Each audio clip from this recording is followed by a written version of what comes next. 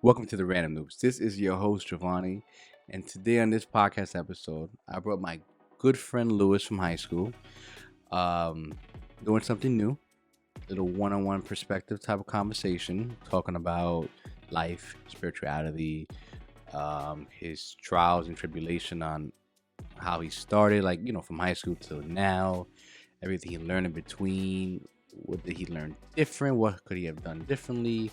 This is a part one because I do know he wants to come back soon for a part two of this episode. There was a lot of topics we couldn't get into because of how the gravity of it, the depth of it. But I can tell you that it was a very good episode, especially being to the iceberg of things. You know what I'm talking about. And we had a very good time. I want to say I enjoyed this episode a lot. The topics we talked about, I was mostly just listening. I was a backseat driver, so to speak, and a lot of the information that he was sharing was very informative, eye-opening, and interesting. So thank you, Lewis, for coming on this episode. This is Random Noobs, and we have another episode coming out soon with one of my best friends from high school, and that will be dropping soon. Peace. All right, so since it's first time doing this type of pod, I want to introduce you, Lewis, to the pod. Thank you for coming. Thank you, For the Giovanni. people who don't know Lewis and I went to high school for 4 years. I think I met you in sophomore year. I don't know. It was freshman year. I just don't know the Freshman year? class. I don't know the class, but it was freshman year. And I could tell you, man, this guy was the coolest guy to me, man. He had all the Oh, man. music, he had all the poetry. I wasn't into poetry, like writing it back then. I'm not saying I'm a poet now, just to my Yeah. wife. But this guy was like, okay, this guy's a smart, cool dude that I know he's into anime, but the vibes are always good. The energy is always good. Like, we didn't really personally hang out after school like that, but in school, it was always a good time during lunch, during there's another social event that we gym period, Jim? basketball time. I remember that. Um, yeah. So, and throughout, I always thought of you as a private guy. Maybe Yeah. you probably still like that, but I always knew you, like, your mind was out there in a good way, like out of the box, open minded. Yeah. And to go from where we are to now, and just everything you have told me between from the last conversation, I just find it funny how life works. And like, now we're back here, and like, Mhm. I guess Hayes is bringing us back together at the same time, but also our energy us kept us connected throughout the whole years, because we could have went to school. I didn't like you doesn't mean that, you know what I mean, just because we went to school doesn't mean we're going to stay together the whole time. Right. But I appreciate you coming to this pod and agreeing to it and just having a blast. So thank you for Nah. agreeing. Thank you, brother. Well, I saw random noobs on Instagram. I added you real quick. Because, I've had Instagram since its inception, but I've deleted it here and there after, like, you know about my, like, mental health struggles. Yes, yes. So I've deleted it, like, after I had, like, a really bad episode. I've deleted like two or three Instagrams. I've deleted Facebook twice.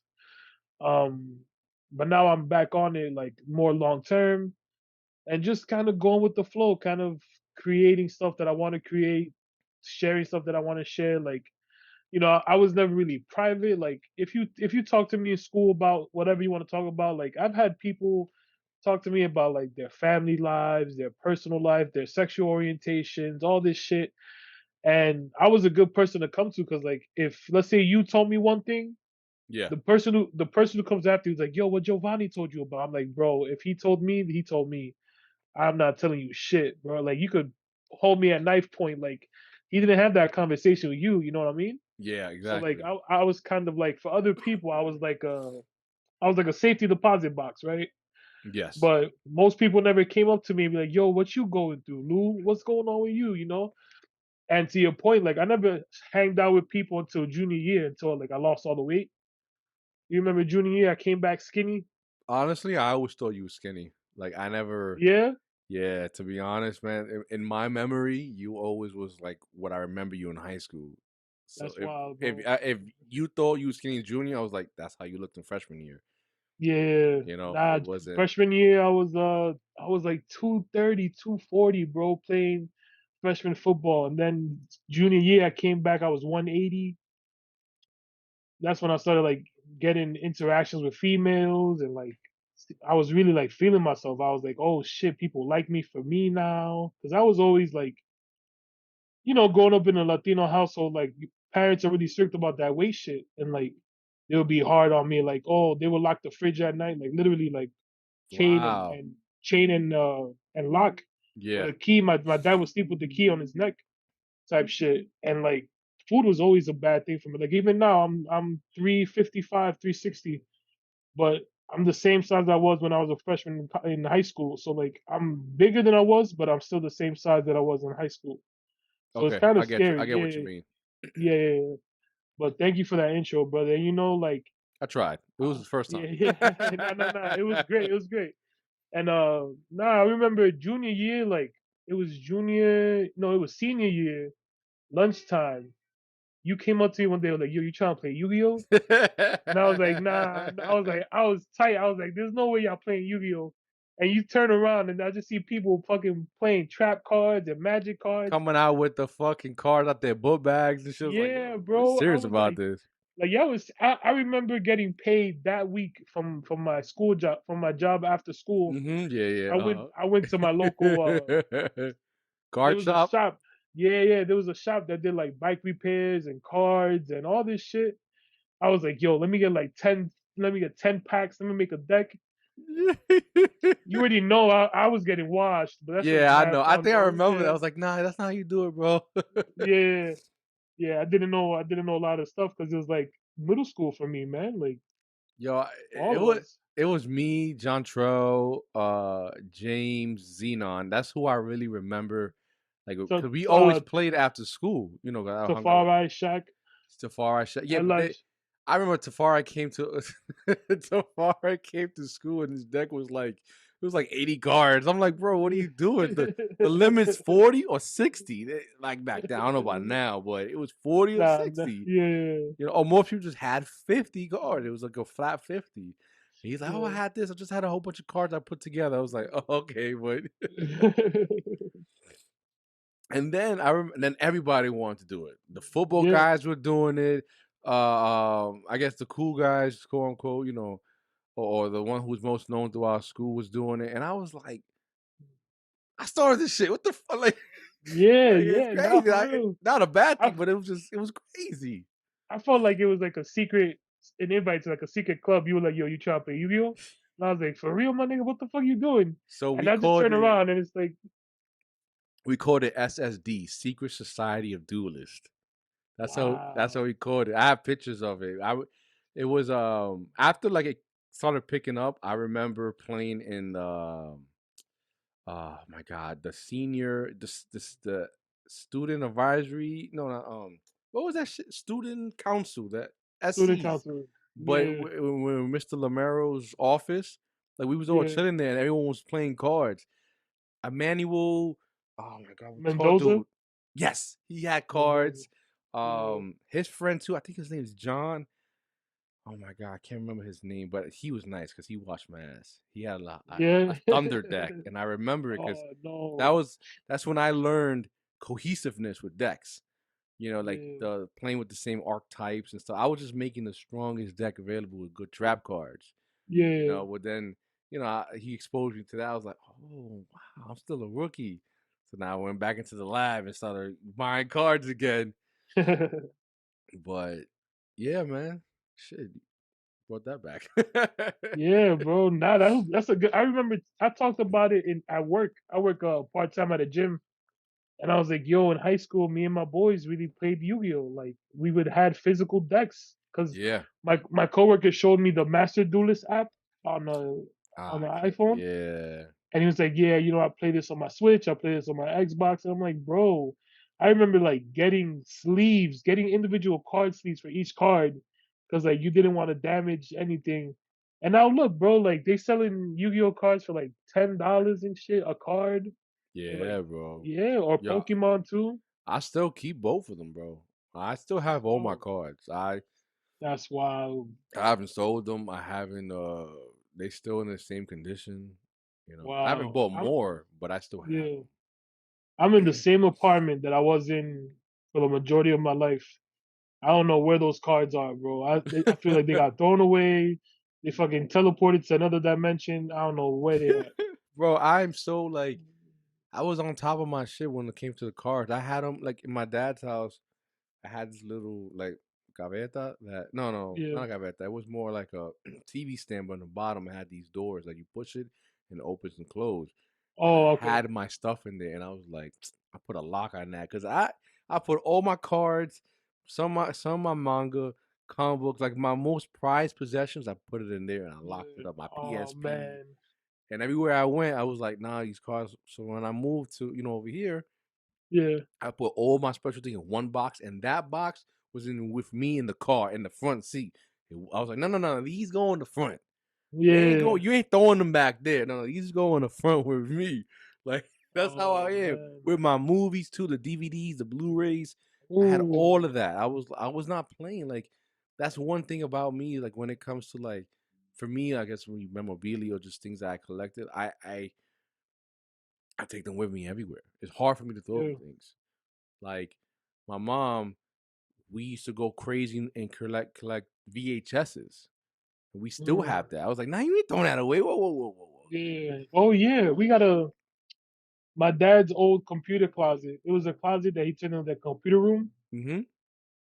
In the they got like it got like a nook. It got like you turn left in it and it got like all this shelf space. We got literally like 40, 50, 60 VHSs stacked up like old shit too, like Die Hard, like Pocahontas, like old movies from like the 80s that I've never watched. Spaceballs, fucking Police Academy.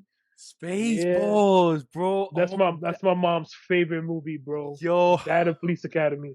me and my dad and my uncle, we go crazy quoting that shit. You was my Yogurt. brother's father's former cousin's roommate. What does that make us? Absolutely nothing. I know I butchered it up, but Yeah. You Lone have to use the Star. Schwartz. You have to use the Schwartz. Yo, I remember that one scene when they're in the desert and they're like uh, comb the desert. So they let oh, and they everyone have a piece of a code, and they get to the two black dudes and like they had a fucking hair pick and they hit comb the desert. What do you find? We ain't find shit. But why they had a why they had that like Cause that dude is bad. Mel Brooks. He just released that shit on Hulu. The History of the World Part Two. risk? I got That's I didn't know he was still active. I thought he retired. yeah, bro. That dude is hilarious, man. I That love dude Mel is Brooks, funny. man. I gotta check that. I gotta check that out. Story. You said Yeah. story of History of the World Part history of Two. the world. All right, I'll check. I'll check that out in a Yeah. few. I don't want to check it now. Be rude. No, you good. um. I want to make sure I got it right though. Oh, okay. Oh, we fact Yeah. checking. We fact checking. Let's go, babe. Oh, facts. I can't give you You a can't give me show a hat. and Yeah. yeah, you know. He's like, that's Let me just part of see. my how I am. I feel you. I feel like Let's Mel Brooks see. is like one of the only ones who got like an EGOT or something. I could be wrong, but Yeah, it just History of feels the like it. World Part Two, and then Part One came out in '81, and Part One is also on Hulu. History of the world. So what is that? So it was a movie that came out in '81, and it was just like documenting. So the synopsis is man's illustrious history from Neanderthal caveman to the Spanish Inquisition. That's Part One, and Part Two is Excuse me. after waiting over 40 years, there's finally a sequel to the seminal Mel Brooks film History of the World Part 1, with each episode featuring a variety of sketches that takes us through different periods of human history. So they do like I haven't seen it myself, because I don't really like watching episodic shit. Yeah. Okay. I But get you. they do like General Grant, Judas and Jesus, Alexander Bell, Jesus and Mary, Galileo, Amelia Earhart, shit like that. Okay. So going off that shot, it might feel a might feel a little disingenuous because he wasn't the only one who wrote it. It was written and produced by Mel Brooks, but also Wanda Sykes, Nick Crow, and some dude named Ike something. I'm Oh I'm, yeah, I'm only saying that because it's not like what he would have like wanted it. Because the yeah, I original was feel all you. him. You know what I'm saying? Like if when there's Yeah, one vision behind it, but then you had like five other people doing it. So yeah, no, I feel you. That's yeah, it was gonna be different. I mean, I'm not saying it's a bad thing. It'd probably be amazing to check out, but Yeah, see but when it's gonna you got different cooks in the kitchen, you know. yeah, and then when you got different cooks in the kitchen who are also influenced, so like, oh, this is the greatest sauce right now to use, like the influence from Yeah, outside, and then I already yeah, had a turmeric. Like, come on, everyone's trying to push turmeric. I don't want that right now. If you yeah. get what I'm trying to say, No, I got you. Yeah, not to they get all too trying to. crazy political in the beginning, but Oh, no, no, we going there, bro. Like I I just know, but talking to. I kind of Yeah, like I kind of wanted a little bit of your history, like where you started from. I guess we could go from Hayes, and how you okay. got from here, like your mental transformation, Yeah. things that like what got you to today. What makes Lewis Gravely today, Oh, okay. who has a website, who's posting poems, pieces of just his mind throughout, daily or even weekly. Who is the Lewis today from before to now? That's I want to hear Yeah. that. I'm All interested in right. that, and then we could get to that. I got you. I got you.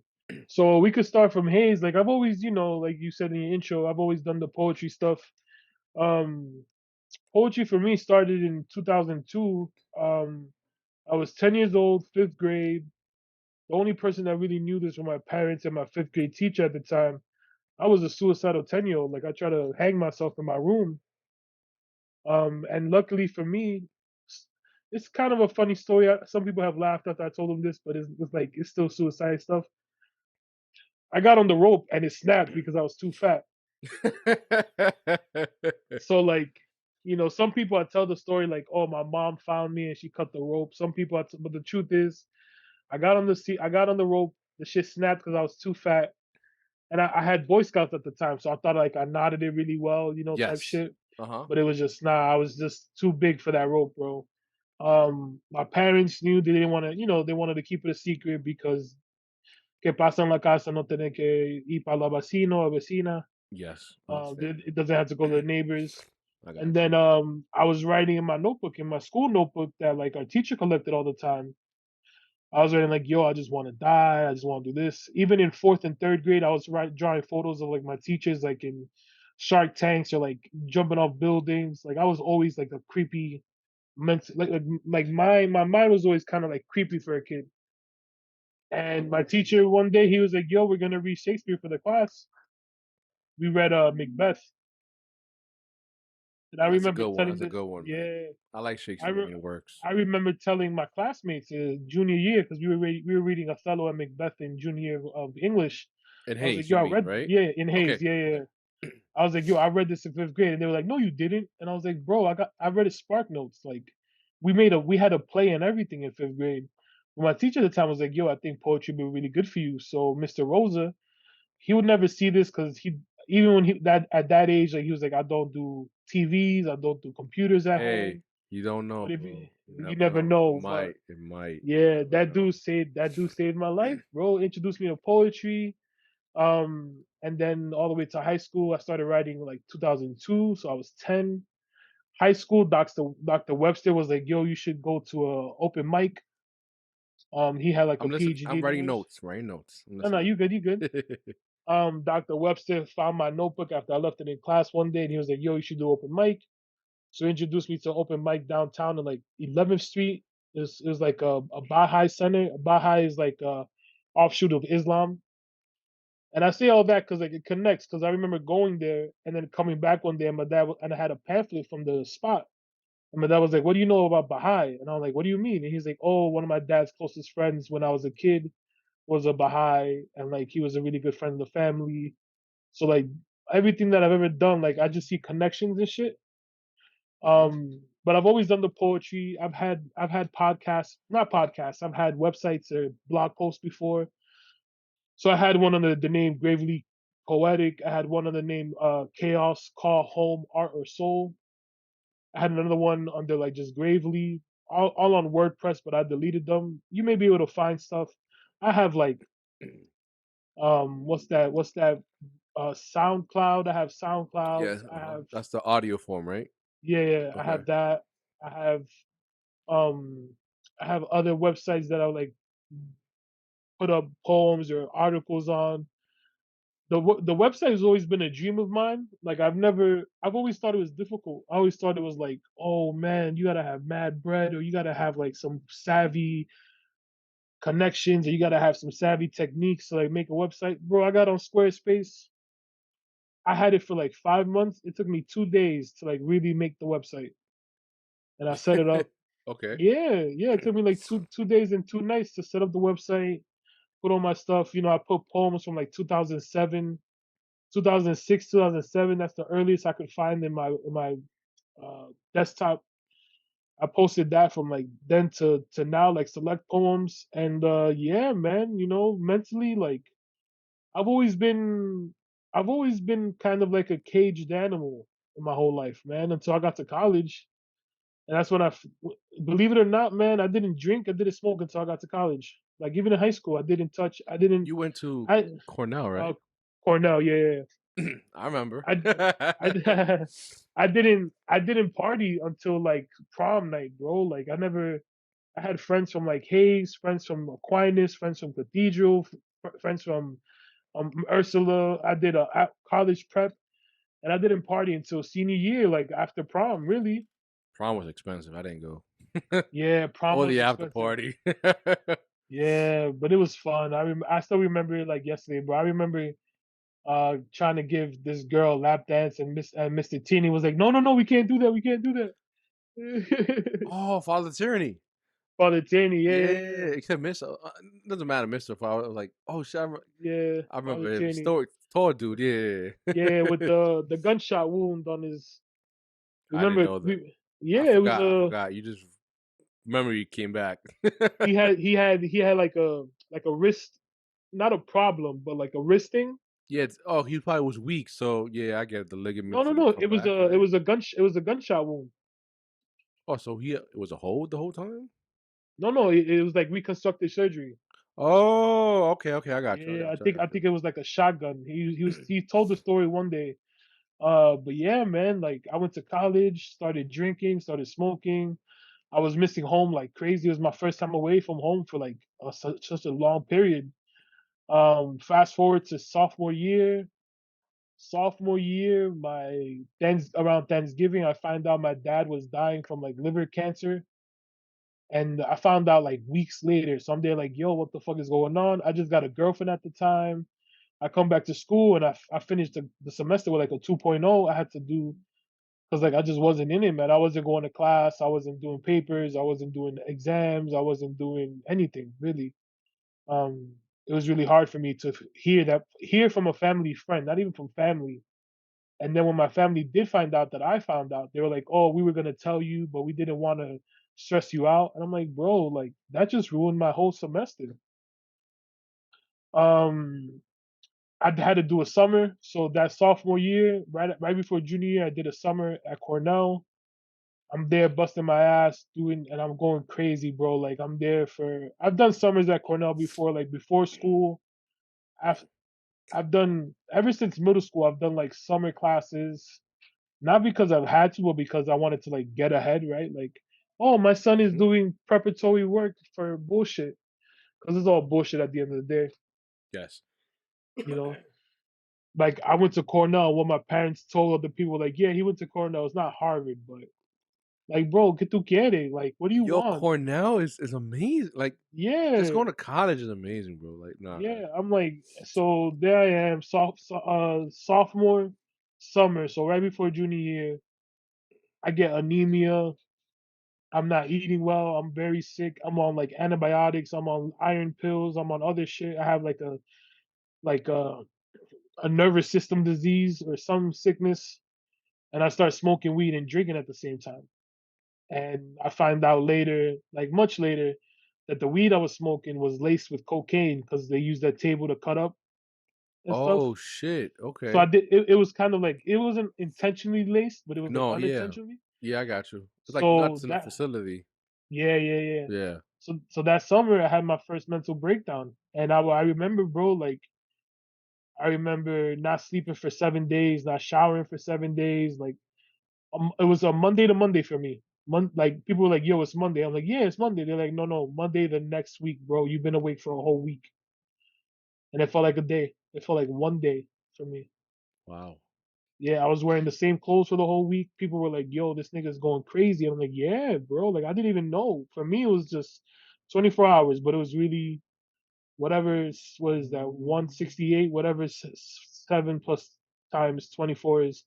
So I just really, really struggled. And since then, since 2012, so that's 11 years ago, almost, I've been trying to, I've been trying to build back the pieces. But then after 2022, I was like, I didn't even like that Lewis. Like I was never happy, Joe. Like never, like even at Hayes, bro. Like I've always been the guy. Like it's funny because I got touched in touch with Robert Hall. He was a upperclassman who I did football with, and he was like, we were like talking on Instagram. He's doing his thing. He got a fiance. Big shout outs to him. Love that dude. And he was just telling me like how happy he was that I'm doing well, that he misses me and all this stuff.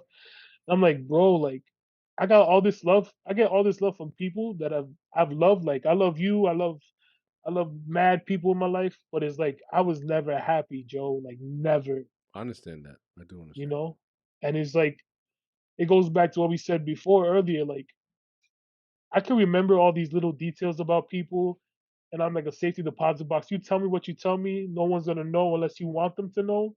Like if you tell me, oh, it's okay for you to tell person X, A, Y, B, and and C, Z. yeah, Yeah. yeah, yeah. But if I don't get that confirmation, I'm not doing it. But for me, it's like people don't come to me to tell me how to talk to me about me, like so that's why on social media I'm very public. Like it's just like, look, no one ever comes to me to talk to me about myself. And I don't reach out to people to do. I got a therapist for that, bro. Like I got professionals for that. I'm okay with it now. Before back then, I was tight. I was mad. I would be like, yo. That's why after I graduated Hayes, like every time I went to like a different social setting, I would cut off ties with my previous social setting. Because it's like if you're not, this is a funny line. If you're not feeding me, financing me, fucking me, why are you in my life? You know what I mean? Feeding me, financing me, or fucking. Okay. Okay. Yeah. So like if you're not there for me, why I gotta keep you in my life? That's how I felt back in the day. But 2022 came, 2021 or 2020, whenever COVID like really started, like the lockdown, Mm-hmm.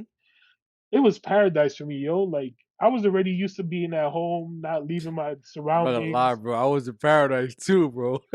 Yeah, bro. But Like, my therapist would be like, "Oh, how you doing?" I'm like, "Really? You want to know?" I'll be like, "I'm chilling, yo." Like lockdown was great for me. I saw my mom going crazy, but for me, I was there like, "Oh shit, I don't need to go outside at all." Bet. I don't need to go see people. Bet. I don't need to talk to anybody. Yo, bet. please sign me up. And I get paid. And I get well. I didn't get paid, but my family got paid. Oh, well, hey. Yeah, yeah. And yeah, now I'm here now, man. I'm doing things that I've always wanted to do. The website, the being honest on social media, like even posting political stuff, man. Like I've always been a neutral person. Like I would never talk about politics with people because that's divisive, right? Like I tell people, oh, my favorite color is red. They're like, oh, you're a Republican. I'm like, nah, bro. It's just I like a color. Oh, you a blood. Oh, you Crip. Oh, you this. Oh, Nah, you Land King. I feel like those people are just close-minded because why Yeah, you automatically jump into Republican, Democrat, or whatever? It should just be like, oh, you like red, cool.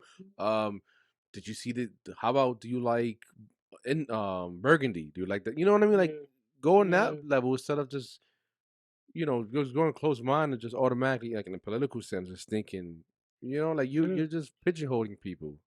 yeah, man. And I you saw the article I posted about my dad's obituary, like one of his obituary posts. Mm-hmm.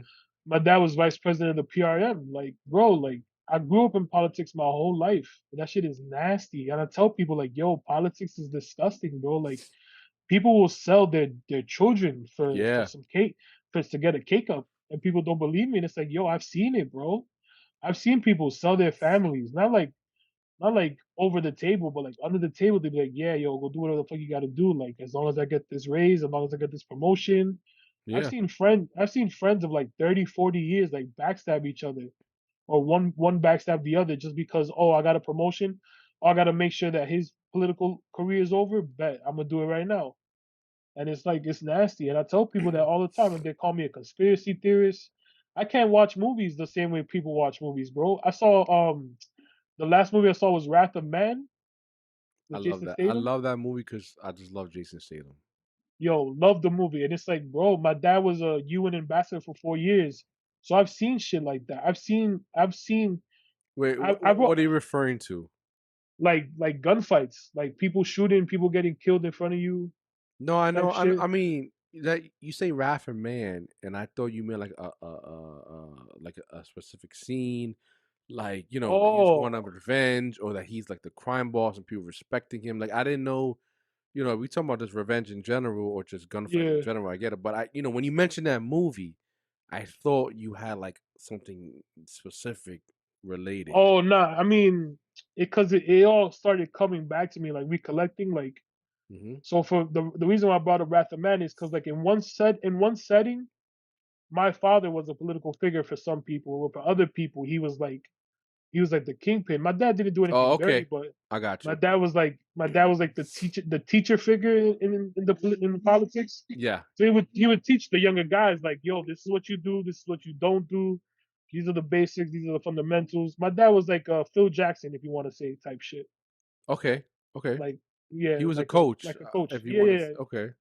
yeah. Yeah. So like I saw him in different spaces how he moved, and like it never rattled him. Like in the beginning, they were like, you got 70% to pass the test. Oh, he did it on purpose. He made Yeah, yeah, sure he just passed the bar. yeah. And my dad would always tell me that shit. He's just, yo, like in school, do your best, but out in the real world, just pass, bro. Just don't do too much because they'll expect too much from you. And it's like it's just that's how it is. You saw, and like I mentioned the movie because I know you're a movie head, and that was the last like real movie I Thank saw. you. Like the one that Thank you. that was the last movie. I was like, oh, let me watch this shit. It's probably gonna be like 30 minutes of interest. I sat down, bro, for those 2 hours and 40 whatever minutes it was. I was sitting on my seat, my hands clutching my face like this. I was like, oh my god, this is a movie. Guy Ritchie, ooh, I thought that movie was gonna be predictable, and it was not. it was It not. was not. It was not that last chapter because you know how it breaks it down by Yeah, chapters. he was like liver, spleen, because that was like where they shot his son. And then that Yeah. last chapter when you mean after they robbed the facility, and then he's like, or Yep. when he met him, and yeah, that dude, Yeah. Yeah. he got him, by the way, because they told him don't spend anything crazy on Don't spend whatever any you money on want. anything crazy. Yeah. And And then that's you got this exactly what luxury he did. apartment. Yep. And what I love is like the cops were like, I respect you. Like he was a Yeah. crime boss, but at the same time, he was a respectable crime boss, in my Yeah. opinion. And then when he got him, he was like, I didn't see nothing. You got Yep. revenge? All right, I didn't see nothing. It's like Death Wish with Bruce Willis, that he was a Oh, doctor. I've never seen that. It's the same premise as the original, because Death Wish is like a remake type of thing. But Oh, okay. they kill his family, he gets revenge, and at the end, if you don't mind me, I mean I No, can't no, go really ahead. spoil it. Yeah, no, no, But you at good. the end, he ends up getting his revenge, and the detective is kind of he's the same detective from Breaking Bad, the bald headed dude. I'm not sure if Okay. you see. I didn't see the show, but I just know people. Yeah. But he tells him he's at the Bruce Willis is at home, and he's they understand that Bruce Willis is getting his revenge. Like, yo, this is a guy he's coming after. Let's go to his house. And the Bruce Willis has his whole house set up, and he kills them all. And then the cops come. He's like, oh, yeah, so they came in your house self-defense, right? You just so happen to buy guns because you want to protect your daughter, right? Like, exactly that, officer. He's like, we need doctors like you in the world. But Yeah, but you're good, right? He's like, yeah, I'm good.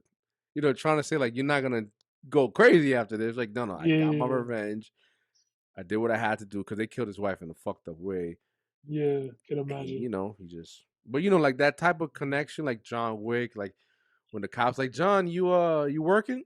"Mm, kind of. He's like, I see you later. Like it's that Yeah, respectable thing, It's not like yeah. innocent killing is, I always like. I'm not saying it's a good thing in the world, but it's a respectable thing, It's like you know. there's a saying, I forgot where it originates from, but there's a saying called "honor amongst thieves." I think it's like a Yes. Robin Hood thing. Like it's Yeah. just if you in that field, if you a crook, you know other crooks, but everybody got like a barometer of humanity. Like the other day, I posted Muhammad's rules for war, like Muhammad the Prophet from Yeah. Islam, Mm-hmm. and the first one was do not kill women, children, and babies. Beautiful. And That's there's other ones that are like don't force conversion, don't tear down holy sites, don't burn forests or trees. It's like, bro, like I you like could that first be, line. Don't force yeah, conversions. don't don't be a savage, right? Like don't just murder everything in your field of vision and destroy all this. Because you think about it, like warfare isn't a necessity. It's only a necessity like when life is at peril, right? Like if you're gonna do or die, regardless of what you do, you gotta fight. That's war. War isn't like, oh, we're gonna go fight today. Let's hurrah, let's go to Yeah. war. You know what Mm-hmm. I mean? Like no one looks forward to that shit. And back to Wrath of Man, like that crew, the crew that roused the facility, like they look forward to it because remember they chilling around. They're like, yeah, yo, I got an itch. I got to go back to war. There's Yeah. nothing like pumping people with bullets, and it's like, bro, like that's not human, bro. Like that's not That's human. that's actually a deep thing we could get into, But you're right. Yeah,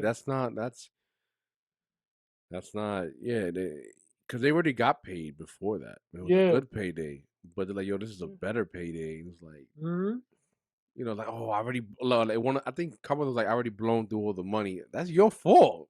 yeah, It's not. yeah. But like you said with your dad, I don't want to dismiss that. No, no. No, you saying with your dad, like you were Raffer man, that he was a teacher. Oh yeah, that Yeah, because I didn't in want different. to cut that part. Nah, you good, you good. In different spaces, he had a different image in different spaces, but it was always like, okay, he's the respectable older guy. He's the wise dude. He's like the what's this name? Avatar. Fuck, I forget. He was like Boomy, or he was like Iroh. Like everyone, Wow, you know. Boomy and Iroh, they're kind of different though. Yeah, but Boomy, Boomy's Boomy was. aloof, he's like Yeah, the but weird one out there, but you don't fuck with him when he comes to his yeah, territory. yeah, but he did that because he was like, oh, I gotta look crazy because if I don't, people are gonna come out. He was doing that for like suspicious reasons, I guess. But nah, man. The thing is, like, my father when he passed, right in 2016, it affected everything in my life, bro. Like even to this day, I was watching a video of a son reciting the Quran to his father because his father had Alzheimer's. Bro, I saw the video. I cried for like 2 minutes, bro. Because any like when I saw Man of Steel, I saw Man of Steel post my father's death. I cried at like that scene with Father Kent going into the tornado, the He's hurricane. like, Yeah, yeah, yeah. I had to pause it because I was watching it on like online or some shit, hmm and I was bawling, bro. Any father son dynamic that's like positive, it just makes me miss my father. And like to tell you how much he impacted other people's lives, he had a friend in politics. I shit you not. A year and a half later, he died of a heart attack, and people said, like he told people, he was like, "Yo, I just miss Lewis." My dad's name was also Lewis. He was just like, "I just miss him. I miss him so much." Like he cried hysterics at his funeral, bro. Like more than I did, and like like like my dad really impacted people's lives. Not on some like Jason Statham or like Arnold Schwarzenegger, like I got revenge shit, but on some just like the type of man he was. That's the type of man I'm trying to be or trying to become or trying to. emulate. Is just a man like worthy of respect because I'm respectful, because I'm humble, because I'm nice, because I'm wine, because I'm kind. That's just who I'm trying to be, bro. And like I don't know. I try to everything that I do. Like I always think about would my father do this. So that's a long question. That's a long answer for like the whole like who's Louis Gravely question. Because I have his name. I'm his junior. So like everything I do, Was your grandfather also Lewis? yeah. I But know he you're a didn't have. junior because you can still be a junior and still have the like your grandfather could be, you know. Yeah, my grandfather was still Louis as well, but he didn't have a middle name. So I'm named after I my got it. father, who's named after his father, and my father is named after his father and grandfather. So my full name is Luis Tomas Gravely Jr. I knew that. Yeah, Yeah. and the Tomas is my great grandfather. Okay, I get it. It's like Yeah, technically you're not a junior, but you are a junior. no, I'm technically I am a No, no, no, junior. no. I'm so sorry. Technically, you're not like third, like the third, Yeah, yeah, the yeah, yeah. fourth.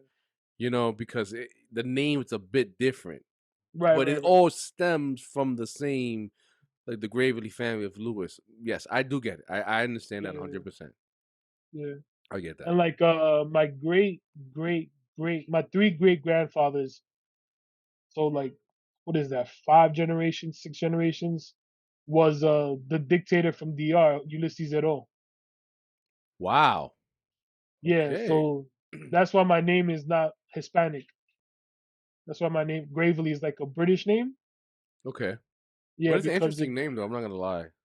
yeah, no, I love it, bro. Like if you ever meet a Gravely ever anywhere in the world, that's my family, whether they be white, black. Because like my grandfather had 20, he had 19, 18 kids, and then he had like three brothers who had like about the same amount, and they were all in like Jamaica, the Caribbeans. But then my name stems from the fact that DR was the first stop for slaves in the Atlantic slave trade.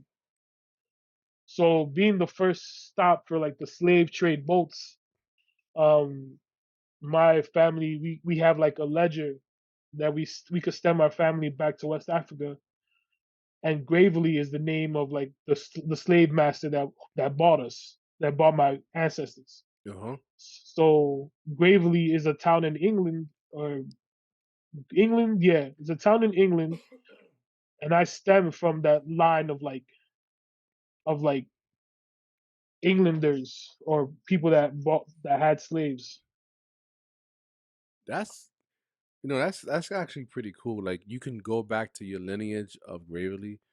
Cause like I don't think I could do it with my last name, like Nieves. I feel like so Nieves, many yeah, black people has that last name, so it kind of wouldn't apply so well. You yeah. know, yeah, I probably couldn't do that. The only thing I could go back of like I can't say that my family is as at least a history. Like you can go back and find that. I don't think I can do that with mine. No, Just by I word of mean, mouth, family. You know, word of mouth, yeah, but you could do it with I like can. 23andMe, No, that I have the done that. genealogy. Yeah, I have done Yeah. both of them. I've done 23andMe. I have done ancestry. So I know that I am a Spaniard. I have at least Mm, 50% or 60 no 66% from Portugal. nice. Um I have 20% African. I have I think it's like 3% Jew. I can't check the phones there, but I know the majority is from Spain.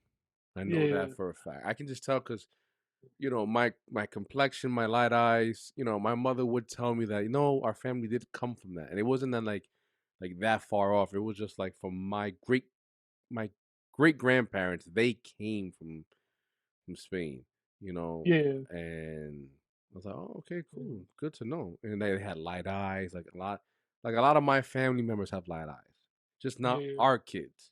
Like all my cousins, we all have light eyes Oh wow. from all of them. But all our kids, like unless their partner has light eyes, they have light eyes. But my two daughters don't have it. One of my oldest cousins, her kids don't have it. It was only until, like Wow. I said, they got with somebody who also had light eyes that helped, but it skipped our generation. Maybe their kids have it, like my daughters Maybe in Pat, and after that, in the future when you're a grandfather. yeah, that's gonna be. Wow, that's gonna be very interesting. Yo, let me ask you, bro.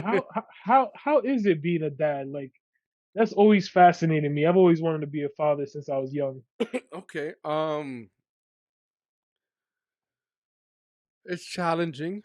I'll be Yeah. honest. It's 100% challenging because there's a lot of things that they don't teach you, so to speak, or they like to sugarcoat it with movies and like you get those things, the amazing things of like, yeah, that's my child, that's love unconditionally, but there's a lot of hard nights, man. Like when I had my first child, the first three, at least the first month, like I was suicidal, but I wasn't gonna do it because the love I had for my child was so great. But I was like, Wow.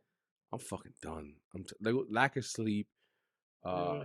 The date I was up at night while the world was sleeping. Like me and my wife, we was all up at night because the kids like they sleep at the kid. My first child, she would sleep throughout the whole day, but at night she was wide awake, and we're like fucking raccoons with our eyes just looking like this, and it was hard. Like we barely ate. Yeah. It was very depressing because it was like every 2 hours, and then Wow. and then since we had our first child, or the first child in the hospital, I don't know what to expect. I don't know what to do. They don't give you. You can read all the books you want in the fucking world. It's not gonna help, Yeah. in my opinion. Because I'm like, is she breathing throughout the night? So I'm here just Mm. wide awake, like keep like, are they, That are they breathing? that parent paranoia. Yeah, and I'm like, like a fucking meerkat. What? Like Yeah. all the Yeah. time. So I was very suicidal, man. Like I wanted to do it, but I wasn't gonna do it. Obviously, I knew that I wasn't gonna do it. Obviously, but I was like, I could do with that. I could do it. Like I was already thinking of how many ways I could have done it. Yeah. Oh man. But it wasn't until like I Ooh. started going to work that it kind of helped out. Well, it also that they got older. After the 3 month mark, they started sleeping for my first one started sleeping for 4 hours and my body adjusted to it. And then I went to work and I would take a lot of naps at work, which helped a lot. Yeah. My dad was also I worked with my dad before I Okay. transferred to over here. And he helped me a lot. Like, yo, you take a nap. I'll look out for you. He was always there for me on that part, Yeah. the Yeah. work part. But besides all the negative parts of it, there's a lot of gratifying parts. The gratifying part Mm. is like after they get to the age where they can sit down and they start talking, crawling, and then you start seeing like milestones almost every day. Like they might say "mama," "dada," but referring to you, not just random little things like that gets me excited. I feel so Yeah. great. And then with my oldest, it's like the older she gets, the more I'm like, that's my right hand man. Because Mm. like I'm like, yo, come, let's do this. I love taking them out. I love doing things. I'm like, yo, let's watch them. Like when sorry, I go all over the place. I'm so sorry. No, no, So you the good. You timeline is good. gonna be all over the place. I got But you. when she got to, I think it was 2.5 or something like that,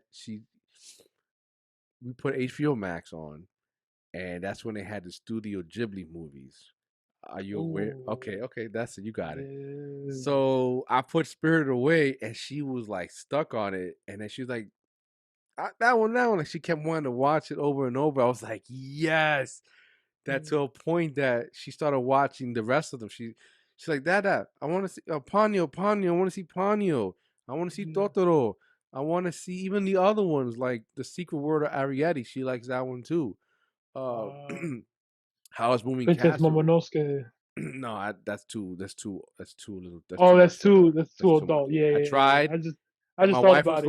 like, "No, turn that off." I'm like, "She gotta learn." Yeah. But when she got to that point, I was like, "Yo, I'm sitting here with my daughter watching Spirit Away, one of my favorite films, if not the number one." Yeah. I'm like, this is parenthood. Like to me, this is the solidify. Like it was all worth it because it sounds horrible in the beginning, but then when you look back, it's like I would do it again. I would do the Yeah. whole thing again because, And you did. well, yeah, because it's yeah, well, yeah. But the second one, it wasn't as bad. Like those 4 hours sleep in the beginning was hard because you had to deal with both. But it Yeah. got easy because my body's already adjusted for this. I was already even Yeah. now I'm only getting 4 hours of sleep, you know, Uh, because she's still in that phase of like 4 hours type of sleep or like, oh, I yeah. want to be held type of stuff, because each child is different, you know.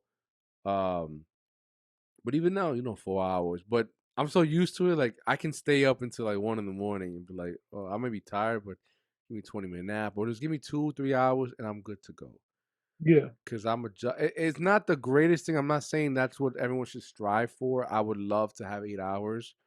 Yeah. I would love, because I will, I would love to have the time to sleep so I can think more, I can read more.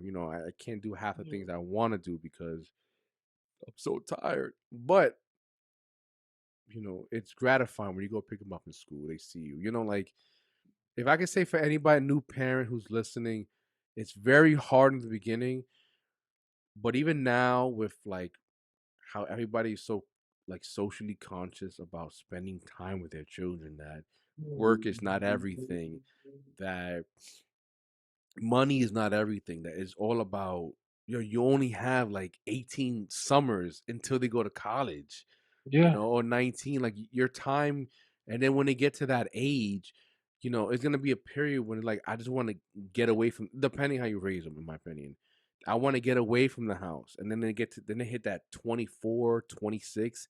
They're like, ah, fuck, I miss my parents. Let me get back. But there's gonna be times that, they don't want to talk to you, Yeah. in my opinion.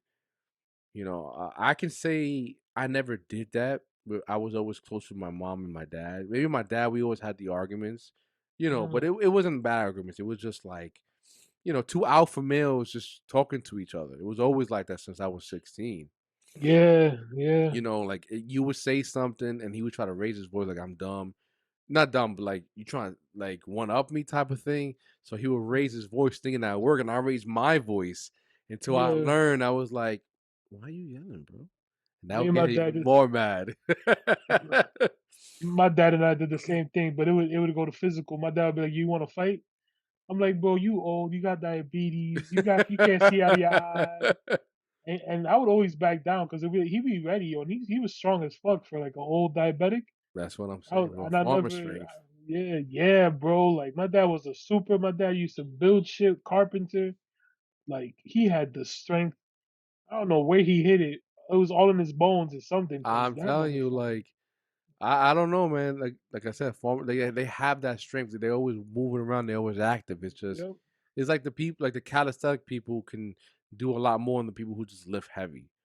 Yeah. Yeah. Like people who lift heavy can't really do a pull up. They can't even do a push up. Yeah. It's like the practicality of your muscles. But Hmm. like me and my dad, we never got to that physical part. Like that was I would Yeah. never disrespect. I never hit. That was Yeah. because he would hit me back, but he would never hit me Yeah. back. You know what I mean? Yeah. But going back to the answering your question, it's very gratifying. But Good. Good. before I get to there, like having kids, you also need that bomb ass wife with you, Oh, because for if you don't sure. have that, and you gotta have that person who's like in, even if they're not the same like wavelength with you mentally, but they're open minded and say that's you and I'll let you be and this is me. Let's respect each other and then we go. Yeah. That's one thing that I love about my wife is that even if she's not the same like pattern, she agrees that she's like, okay, you doing what you got to do, baby. I support what you got to do. And that's why, like, we never fought about money. That was the one thing I made sure in any like relationship I had, and like if I had that Nice. problem of like red flag. I'm not saying that I automatically jumped out of a relationship, but you build on Yeah. that and you learn like, okay, this is the one I want to be with. you Yeah. know, and also when you're marrying, or if you want to be with her, you're marrying the family. You can't Yep. fuck with the family. It's gonna be kind of hard too, you know.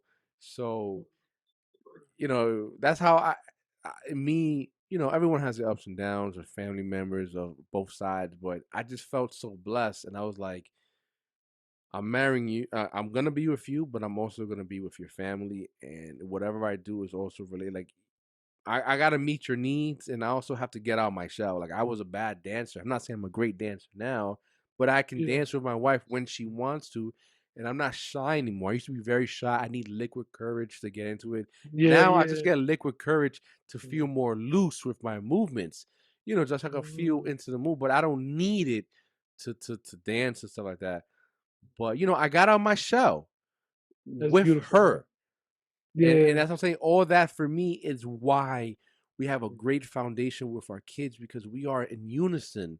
And if I'm wrong, she'll tell me, and if she's wrong, I'll tell her. And then we'll look into it in retrospect and like, you know what, we could have done this better. You know, like if Mm, I'm at my breaking point, like I had times, mm, bro, I was in my breaking point with my kids that in this room, I'm here trying to work on the pod, I'm editing type yeah. of shit. And my daughter, she loves me. You know, she wants to be climbing. She wants to type and everything. And I lost it. I was like, I don't even remember if I said shut up or I just said her name really loud or I just type of shit. You know, but I did that and automatically, like I remember it. I didn't like snap and blacked out, but I did. I was like, I had so much frustration on everything that I did Yeah. it. And then I looked at her and I remember her this. Sorry, I'm remembering her face, but the look of her face, I still remember was so bad that I That fear. cried. My mom was here, and I had to go to the basement, and then like I lost it, bro. You know, I seeing my daughter like that, I really lost it, Yeah. and you know, my mom was like, "Go downstairs." I was like, "Yeah, I'm going." And then after, I just felt like a dick, and I was like, "I'm so sorry, I'm so sorry." But mom's like, "Nah, you. Everyone had your breaking point. You know, I'm not scared of you doing anything to your child, but you know, you just had to let it out. How do you feel? I feel better." You know, my wife was like, "Nah, go don't worry about it." And then I went upstairs, and they were taking a bath, and I remember. Like it's crazy how kids just forget things. But she's taking a bath. I said, "Hi, baby," and I'm looking at her, and I'm telling you, kids are crazy instinctual. That I'm kneeling to her and I'm telling her, "I'm sorry, baby. I'm sorry, baby." And like Yeah. she's just happy, fun with water, and then she goes, "It's okay, Dada." I fucking started crying right there, man, Yeah, bro. because I That's was different. like, "How do you know?" And then she just gave me a hug, Yeah. and I was like, you know, but you know, things like it was bad, Mm, but I would never forget it. But I would build on that to be better, to yes. to learn that. Listen, your daughter was calling for your attention, and you decided to get into your work. You know, Yeah. you decide to edit. You're like, everything is gonna fall in its place, but there's a time and place for things. Yeah. And I feel that now with my niece, bro. When I'm with her, like nothing else exists for me. Nothing else. My you just sister's have like, that oh, love, man. You just yeah. My yeah. sister's like, thank God I could take a phone call. I was there on I was there on Sunday. I was there on Thursday with my mom. I was there Tuesday, and like just when I'm with that girl, bro, it's just like, yo, nothing else in the world matters. My sister's like, thank you. She's doing her phone calls. She's doing her school stuff. She has her business going started. My sister's doing mad shit. You think I'm busy? She's busy OD, like starting a business. She already has a pizzeria. She's going back to school. She's a mom. She's doing daycare. And I go and I'm like, yo, I take care of Kiara. Her name is Kiara, and you do what you gotta do. So she'll like take a nap. She'll get on her phone, do her business talks, and I'm just there throwing the little girl in the air, making her Yeah. laugh, giving little belly scratches, and like just hearing her laugh because she's 1 and almost 2 months. hmm She'll be 14 months and 4 days, and it's like she's just started walking. She does like dada and mama, but like it's not so frequent. hmm And it's like it's true. It's like what you said, bro. Like I don't know the pain that they go through at that house because she doesn't really sleep. But me, when I'm there, I just make sure, yo, it's just me and Kiara, just me and my niece, just You me don't and the little one. understand how much she's thankful. She might not say it, or she might say it, but she can say she's thankful. But there's a level so much deeper than that, bro. Like just Yeah, just bro. you spending time, and then you're giving that child the love validation part, the emotional. You're just there for her. She's gonna Yeah. remember that, and even if she doesn't, there's gonna be a point in the future. That energy is never gonna be disconnected from you and your niece. Oh yeah, So when yeah, she gets to that older age, it might be like she might tell you things that she might not tell mom. Or just be like, I want to be with Theo. Just it's a yeah, beautiful thing, man. yeah. No, That's I'm thankful. I'm so like you don't understand. Like when I say I've always wanted to be a dad, yo, Joe, since I was like in elementary school, bro, people would tell me you'll be a great dad. I'm like, yo, I'm only 6. What are you talking about? I'm only 6, man. What you wish I can't even clean my ass correctly. What you talking Can't even about? can't even pee standing up, bro. What are you talking about? yo, that's peeing sitting down is clutch, bro. I don't care what people say, bro. I Oh, like it. facts, facts. You never know if you got a hidden tooth somewhere, something like That's what that. I'm. Like, That's why I just do it. It's like you never yeah, know. you never know. It just feels And it happens comfortable. most of the time. Most of the time, I gotta go number two too. Yep, It's yep, like, yep, yep. oh, look at that! I killed 2 birds with one stone. I love it, man. I love how we all over the place, man. But Yeah, man, it's good. I love to hear. I love that. I know you're in a better place because of just how Yeah, you're posting and stuff. And you already went through your stuff in life. I'm not a therapist. I'm not gonna sit here and say, yo, but do you think your dad because XYZ? No, no, no, no. But I yeah, appreciate that you share that with me and publicly as well. I could just tell you're in a better place, man. I could yeah. just, Thank you. you know, people don't know what other people are going through, and it just takes one person to say, like, "Are you okay?" and just sit there and listen, and not tell them, "Oh, but do you think it's this?" Like, you're not a psychiatrist. Some Yeah, people just want you to listen. Just listen to me, bro. yeah, Just be yeah, there. bro. That's it. You And it's know. hard. It's hard for me too, because if someone ever came up to me like, "Yo, everything okay?" I would listen. It's like, bro, you don't got the days to listen to me. Like, you just don't. I would never take anybody up on that offer because it's like I remember shit from I remember being born, bro. Like that's how crazy my memory is right now. I mean, third eye is open, bro. Something Yeah, else, yeah, man. it's crazy, and it's like you don't want to sit here and go through 30 years of my life. You don't. Actually, I- I would, but I don't think the podcast would. But I would yeah, yeah, because I'm interested in people. This is like yeah, so I had this idea for a while now, right? And I had yeah, other people like I wanted to like, oh, let's I would like to hear your story, but like the way life is and the way things work out, like I'm a big believer that everything happens for a reason, and I always like to remember back is like what was that reason for? And I'm not the one yeah, to be like, oh, I need to know what was the reason for tomorrow or next week. It could be months or years later, and I laugh at it. I always laugh when I realize the fucking shit. when you get it. Exactly. Like today was a perfect everything happens for a reason because I was feeling so negative from I don't want to say it because it's adding more negativity. You already told you before, just work related Yeah, stuff. Because I'm trying to get over that. But I'll give you more later after this. okay. Because it's also I don't want to say because I could also get in trouble. You know what I mean? Because it's No, no, not no, like you good, you good. you know what Yeah, I mean. yeah, yeah, yeah, yeah, Not from the person, just from the whatever. But yeah, I did some saging, some smudging. I think that's what they also yeah, call it. And instantly, bro, I felt so good. Like yeah, all the anxiety I was feeling, all the negativity, and people can take it. I know you. I'm not saying you, but people could take it how they yeah, want about using sage and stuff like that. But for me, it was so yeah, therapeutic that I felt so light. And I said, yo, the first person I thought about was you when I was yeah, saging. I don't know why. And I said, yo, nah, he's probably busy. This is a weekend. Usually Fridays are good. I said, nah, fuck that. Yo, you free? Yes, I'm free. I'm free all night. All right. 9 o'clock? Yes. All right, good. Let's go. But the yeah. way it happened, you know what I mean? I'm thankful it happened that way too, because I'm here like, yo, I didn't forget my, about you, by the way. no, no, You know? no. Of course, no. I know, I know. We talk on Instagram. I know, I know. We all got busy lives, man. I don't expect you to text me 24/7. Like I'm a heavy texter. Like if you text me, I'm gonna text you right back at least an hour.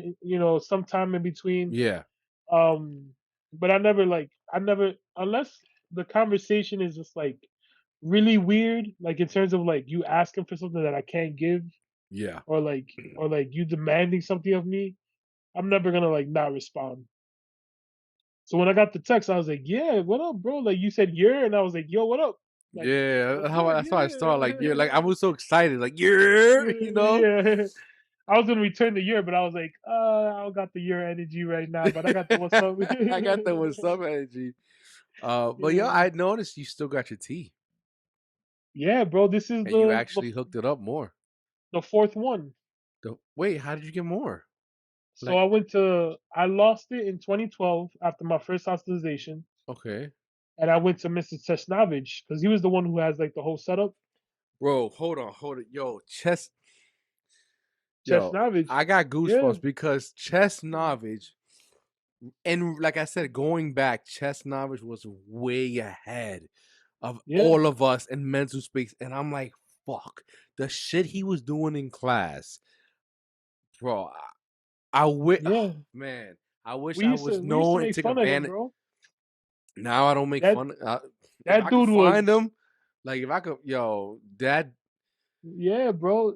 the turn, I don't know the name of it, but the thing that creates the frequency, the noise, he had the Oh, metal yeah, thing, and yeah, the wood, and then he was teaching us how to meditate yeah, in like on the low. class, and then it was every day after like 15 minutes.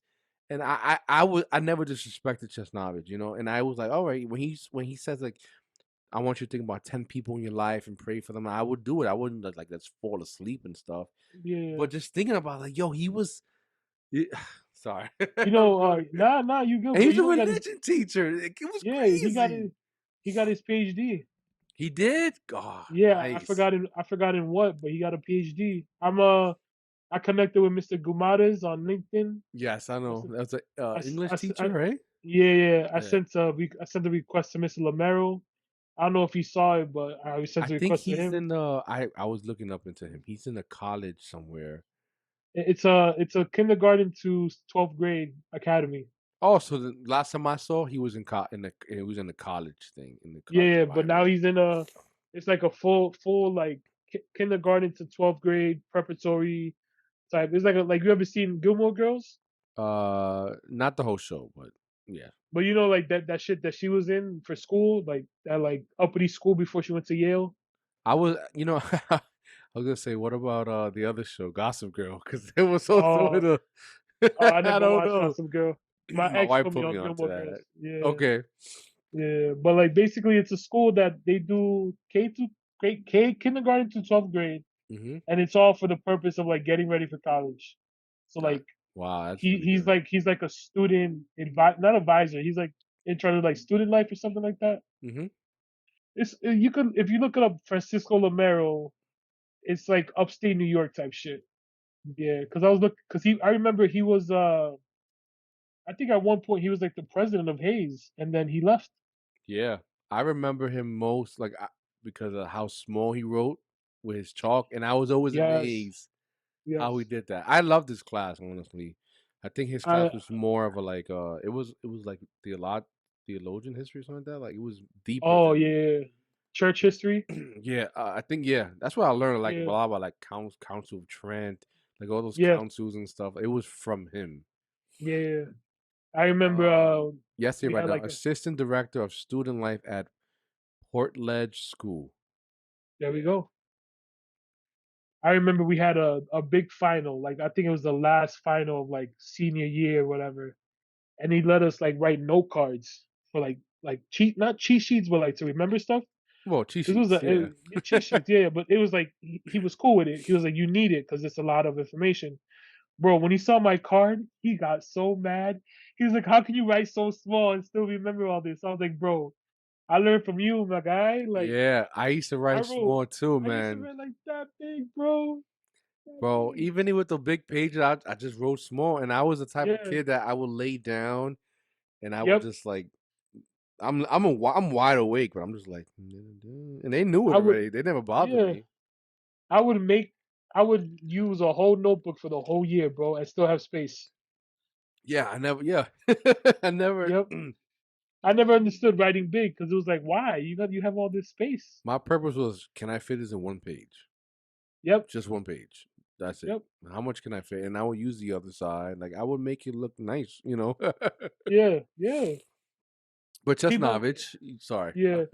No. Go ahead. Go ahead. No. You were saying something. I cut you off. I was trying to see what you got from because the tea. I want to know where you got the. You said the tea. Oh yeah. I can send you the website. I have it on my Apple Notes. It's like this Canadian wood making website. So they don't have the standard tea anymore, where like it's just the bareback. Yeah. They have it with the bareback and with Jesus on the cross. Okay. So I have the original that we got at that like retreat. I have that one in the box. But what happened was, you know how it's screwed in? Yeah. The The top piece. screw Yeah. came, yeah, the screw came out and like that it split the whole thing. Oh wow. So I had to buy a new one, and I bought like three more. I lost one. The third one broke on me. Oh, the second one I lost. The third one, my mom cut the rope when she was giving me a haircut. Ooh. The fourth, and this is the fourth one. Okay. Yeah, I lost mine. I had one. I lost it. I yeah. never know you could get another one, and I don't It's know, cheap man. too, bro. It's like Nah, it's like it's literally a Canadian website. They charge like 230, 240 for it, and you could buy it. Like you spend $6, buy two. for me that was like It, the symbol of Hayes, man. Like the yeah, bro. brotherhood. Yeah, That's that's what why I that wear it. symbol was. Yeah, but it's People like I that feel like it's ask not. me, Sorry, go no, ahead. no, go ahead, go ahead, go ahead. No, it's like I feel like it won't be the same because Lamero didn't like it wasn't in the retreat. I didn't get it Yeah, when we yeah, were yeah. all there. You know, like if I could find a way to like kind of anoint it again, you Oh, know, yeah, that yeah, that yeah. you know, That was a that'd great be. retreat, man. Oh, I don't remember it much, honestly. I Where did we just go? remember like Lamero. I don't remember where we went. I just remember Lamero and Father Tierney blessing it Mm-hmm. and like receiving it. I just remember like a whole bunch of us who never had classes together, or like we knew each other, but we never had like, we never had a class, right? Like there was a Yeah. lot of us that we had different tracks or whatever, and it was cool because I remember like I was the type of guy who every day I would sit with a different group in lunch because I remember Oh, getting, yeah, I remember getting into like trouble for that. Like people be like, "Nah, you gotta hang out. You gotta hang out with us today." I'm like, "Nah, I'm gonna hang out with the jocks, or I'm gonna go hang out with the Yu-Gi-Oh players, or I'm gonna go hang out with the anime lovers." Like we yeah. all had like different cliques. I never really liked that whole thing. I was like, "Yo, you my friend, you my friend." Like I don't want to sit in a group, one group, the whole lunch period for every day of every year. That's whack. Well, me, I had a different approach because, like, me, I never felt like I was like top popular dude, but I felt like everybody knew me and everybody was cool with me. Like, I Yeah. always wanted to be cool with everybody, but Nah, I you were, had my bro. people that stick. But I had like two groups of people I was always with. It was either John Tro, James, Xenon, and Phil. Yeah. Brett was part of Oh that shit. too. If you remember Brett Wilkinson, it Bro was Wilkerson, yeah. it was them. I actually had three groups now I think about it. And then I had another group of Curtis Ingram, Keith, Chris, their friend Terrell. Terrell, Naiji, because that was on the class. Brandon, who was I think was running back for the running not a running back, not Brandon. It was oh my god, well, I can't remember his name. Michael Freeman, like that Oh, Michael group. Freeman. Yeah, yeah, yeah. That group I was also with, and then the other groups were with Tafari, Shaq, um, Dante. Dante Miggins, not Miggins, I can't remember his last name, but Dante yeah, and Justin, who came in later on during the school, Yeah, Justin Ramos, and that was like the three groups that, like, yeah, depending the time, I guess like I don't know what everyone was doing after. I don't know. I would just frequent those three. Like I knew yeah, everybody else, and I will go to their table, but I would feel like, nah, they already in their conversation. I'm not gonna just jump yeah. on something. Like That it's one per. Oh, sorry. no, go ahead, go ahead. No, the one person that I thought that we would be like much closer was Kennedy Ovenseri. You remember Kennedy? Oh, Kennedy Ovenseri, the We went to legendary elementary school pig. together. So Yeah. I knew Kennedy much longer. Me, John Trell, and Kennedy all went to elementary school, and we used to play ball Wow. in elementary school. And I thought we would be much closer in high school for some reason, but he was in his own thing. Like we always clicked, but it, because of our past school. But Yeah. after high school, I can't find him anymore. Like I just social found him on media, Facebook. I just found him on Facebook, bro. I don't have Facebook. Oh, he's on Facebook, brother. Yeah, because I have Instagram, Twitter. I think that's about it. Because I have the other ones, but I don't really follow people like Reddit. Who will follow on Reddit? I just Yeah. like to read shit on Yeah. Reddit. But from I there, made it's, I made a TikTok and I follow like one person. I don't even know how to use it, bro. Somebody was like, you should post your poetry on TikTok, and I was like, all right, cool. oh, I think your poetry would be better if you like. You don't have to show your face, but if you do like spoken word, Oh yeah, yeah, and black screen or something, I think that would be much better, in my opinion. Unless you yeah. want to show your face, it's entirely up to you. No, no. You I know, mean, at the end of the day, I do write it like a prayer. So prayers are more effective when you speak it out loud. Not more effective, but they have like they that. have more power. Words have much power when you're speaking out Yeah, loud. that auditory feeling. But I was gonna say, that last group you mentioned, that was my group, yo. Like, Dante, those are the yeah, first people that ever came to my house really. in high school. Yeah, yeah. After graduation, or it was after the last days of school.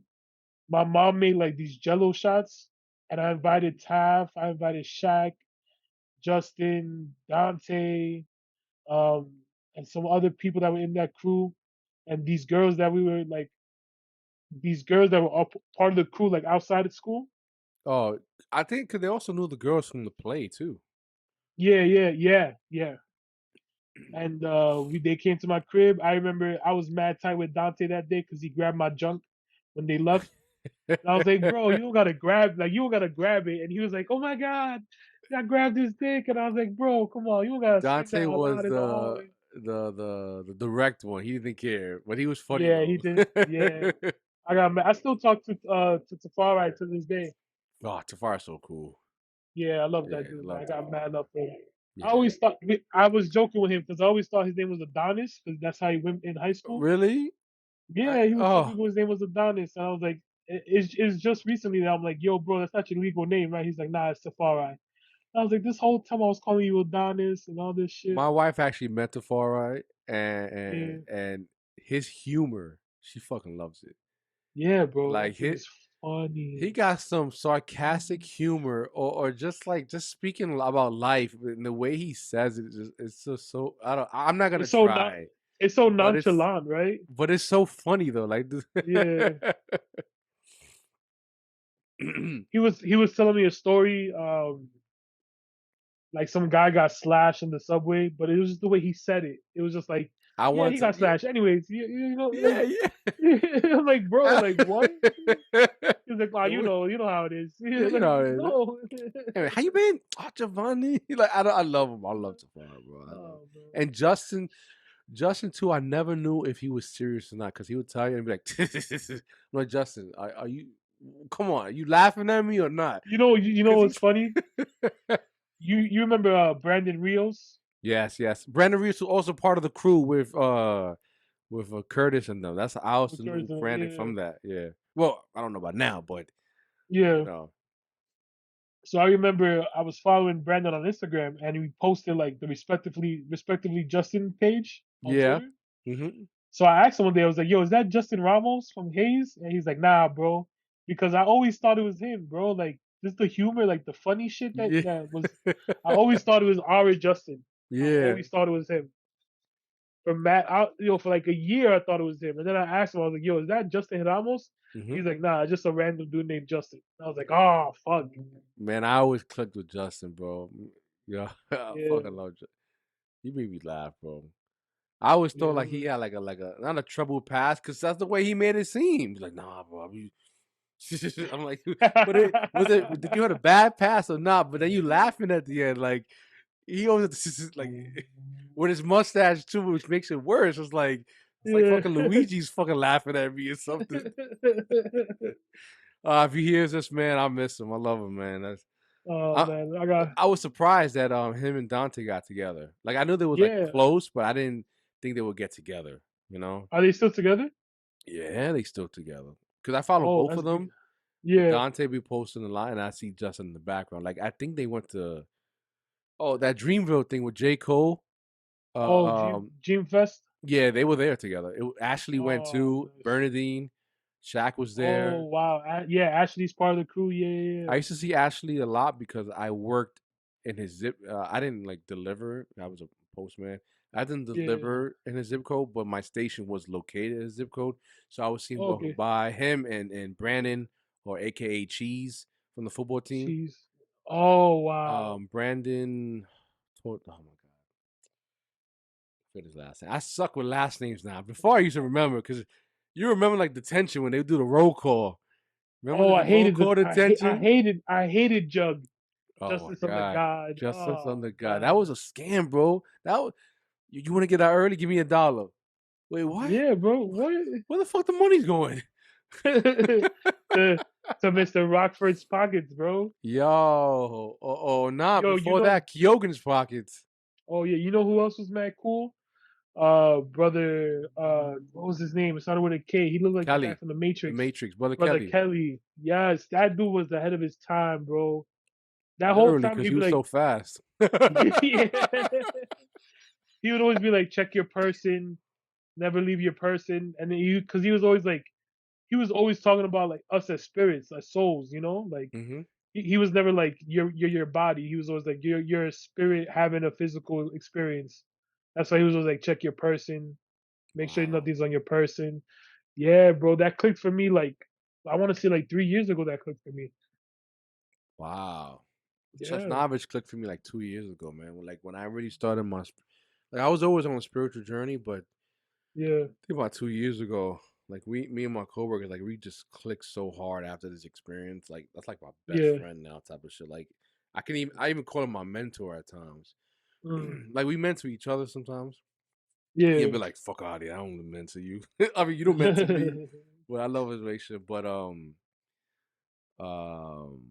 yeah, with the spiritual journey, that's when it clicked with Chesnovich. After yeah, that, with him, and I was like, "Yo, Chesnovich was ahead of his time." Like yeah. like you said with Kelly, man. You know, now you going here. Like, I want to know who was your favorite, like your favorite, or the people you remember the most, the teachers, the teachers in Hayes. Oh man, who don't I remember, brother? I remember Miss Michelle was my favorite, bro. Cause she was I wonder why. yeah, bro. In a sea full of guys, you had these couple of female oh, Miss Fernandez, the alumni office. Oh, she's still Woo! there. She is? I think, yeah, I was just checking. I Oh, think she's still there. Yeah. I can't wait to go back one day. Oh, you know what's Ah, crazy? Did you get a letter in the mail from Hayes all the recently? time. All the time. I got one. First of all, I don't know how the fuck they found I moved. I wonder why. Wow. But I they wonder found me over why. here, and I'm Yeah, like, maybe it's an email or some shit. Like they stole my information. I don't know.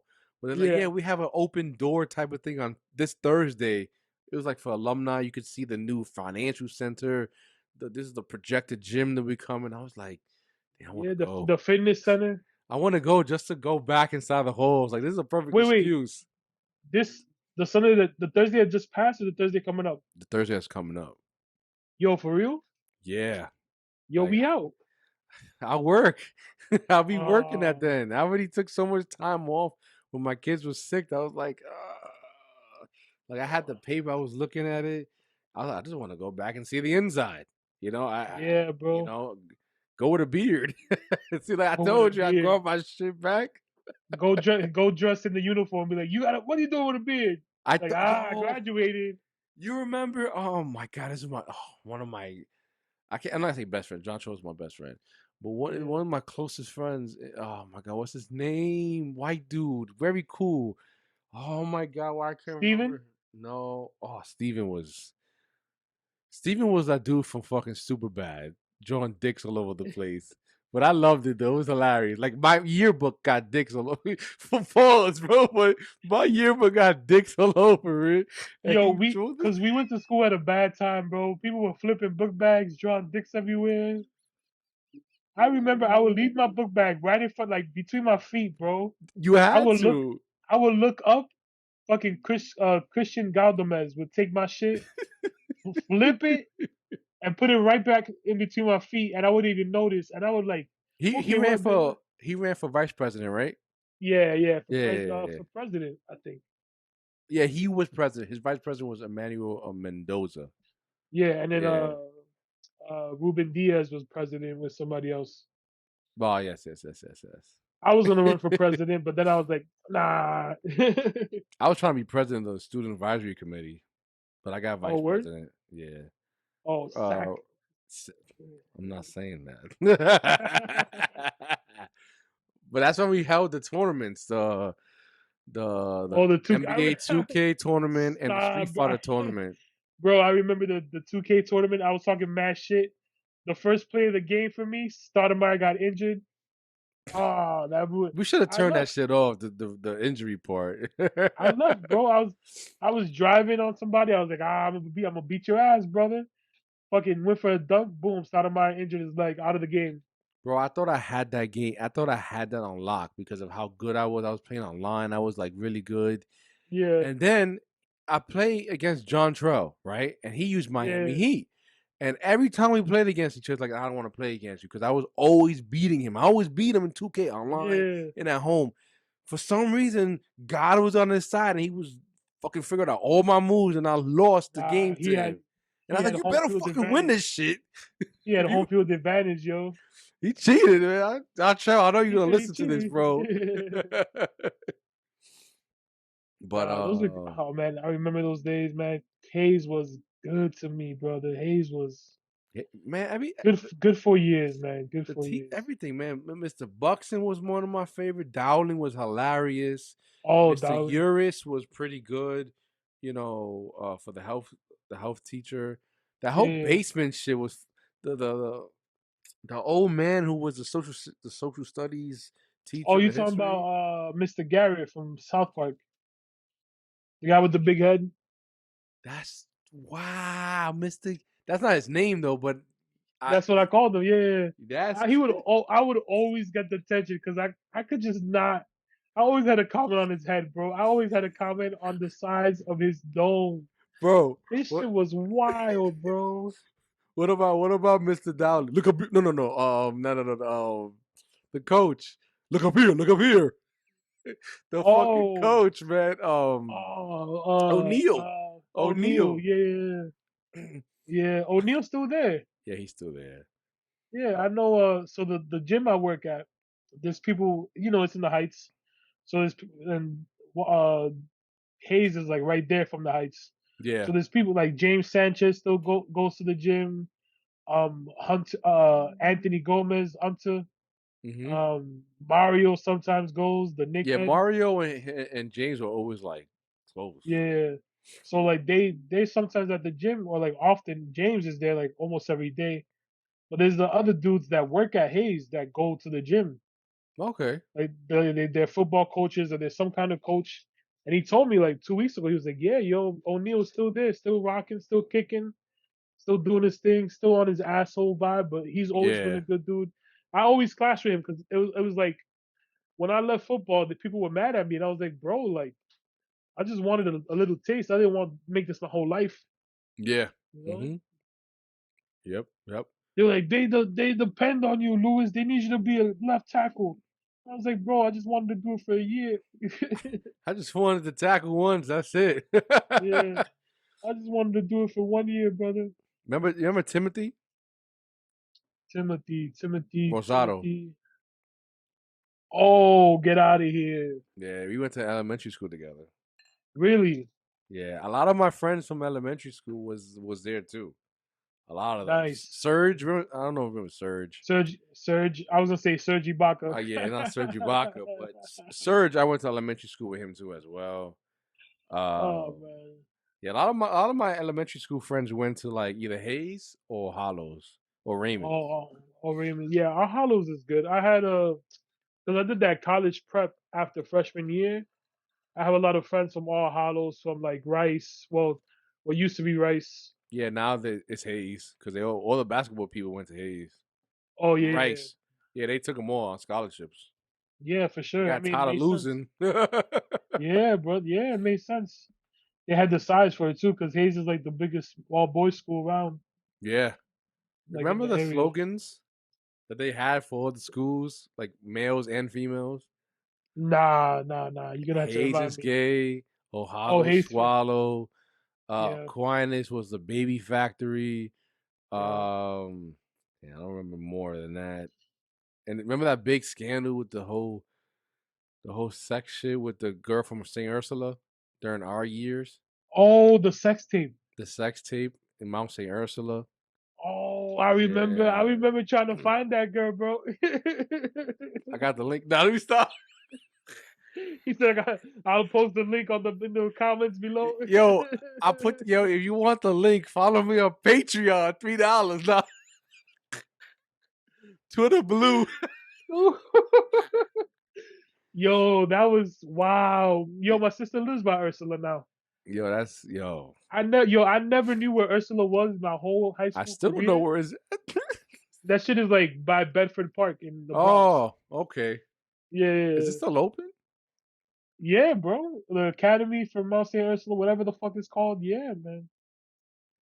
Oh Yeah, I man. saw I saw I see Mount St. Bedford Park, Ursula yeah. girls. Yeah, Yeah, that was wild, bro.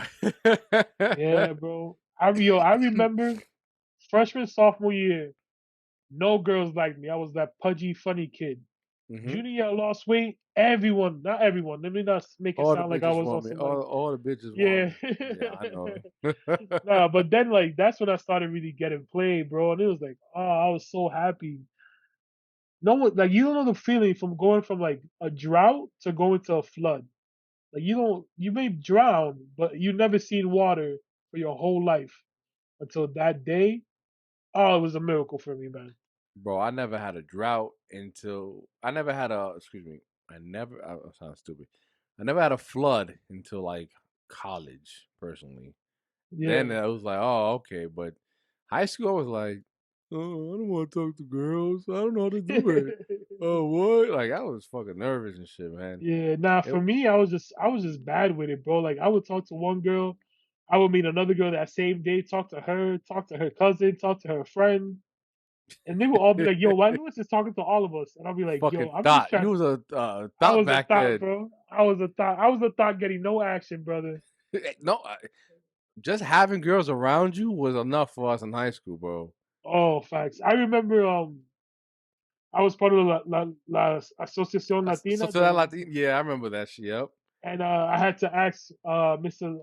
Filiatro, like, "Yo, can I go outside real quick to give my cousins like my keys?" Yeah. So I go outside, and there's two girls waiting for me from that school that Jennifer Lopez went to in the Bronx. What's it called? I don't even know. I'll Um, look it up. You tell your story and I'll look it up. so I go give them the key. I go like, this is bullshit. I didn't wasn't giving them keys. I was talking to this girl, right? Mm-hmm. And she was like, "Oh, I'm by Hayes. I want to see you." So I'm talking to her. That same Preston High School. Preston High School. Yeah, yeah. So I'm talking to this girl. She brings her friend. Her friend was my perfect type, bro. She was short. She was cute. She was like Latina. She was just everything I wanted in a girl at the time. Mm-hmm. And I'm there like, yo, I was like, yo, Ashley, excuse me, let me talk to your friend real quick, cause like, bada bing, bada boom type shit. I go back. Why is like three guys at the door like, oh, that's your cousin? I'm like, nah, bro, like, just leave me alone. Like, Yeah. yeah, I'll try and get both. I'm trying to get both out here. Yeah, Oh man. Nah, I was the only female like I was talking to was my wife, because I yeah. knew her for that long. Nah, that's good, bro. I wish I was on that track, man. I'm here, been single for like, whew, like 8 years, brother. Man, it's not a bad thing either. No, I that's think not a bad thing. I understand both sides of it though. I feel Yeah, like it's gonna come when it's gonna come. The best yeah, thing to yeah. do No is just rush. work on yourself, and I think that's what happened with me. I was like, you know what? Let me just push everything away.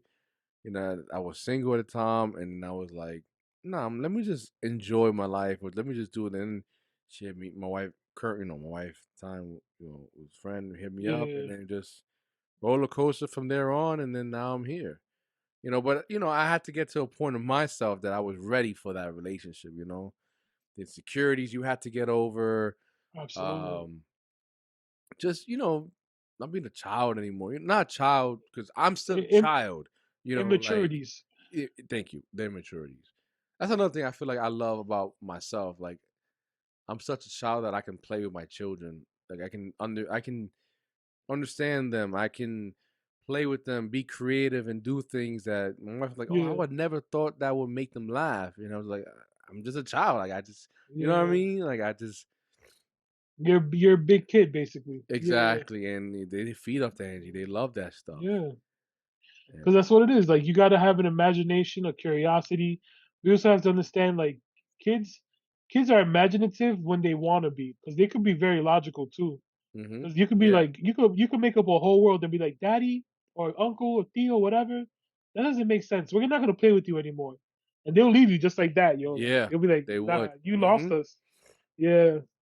Yeah. So you gotta it's always nice to like. She's not at that age, but when she's at that age, I wanna know how she interacts with like adults. Because Kiara's like almost 14 months, so she's not at the stage where like she knows how to really talk and stuff. But she'll get there.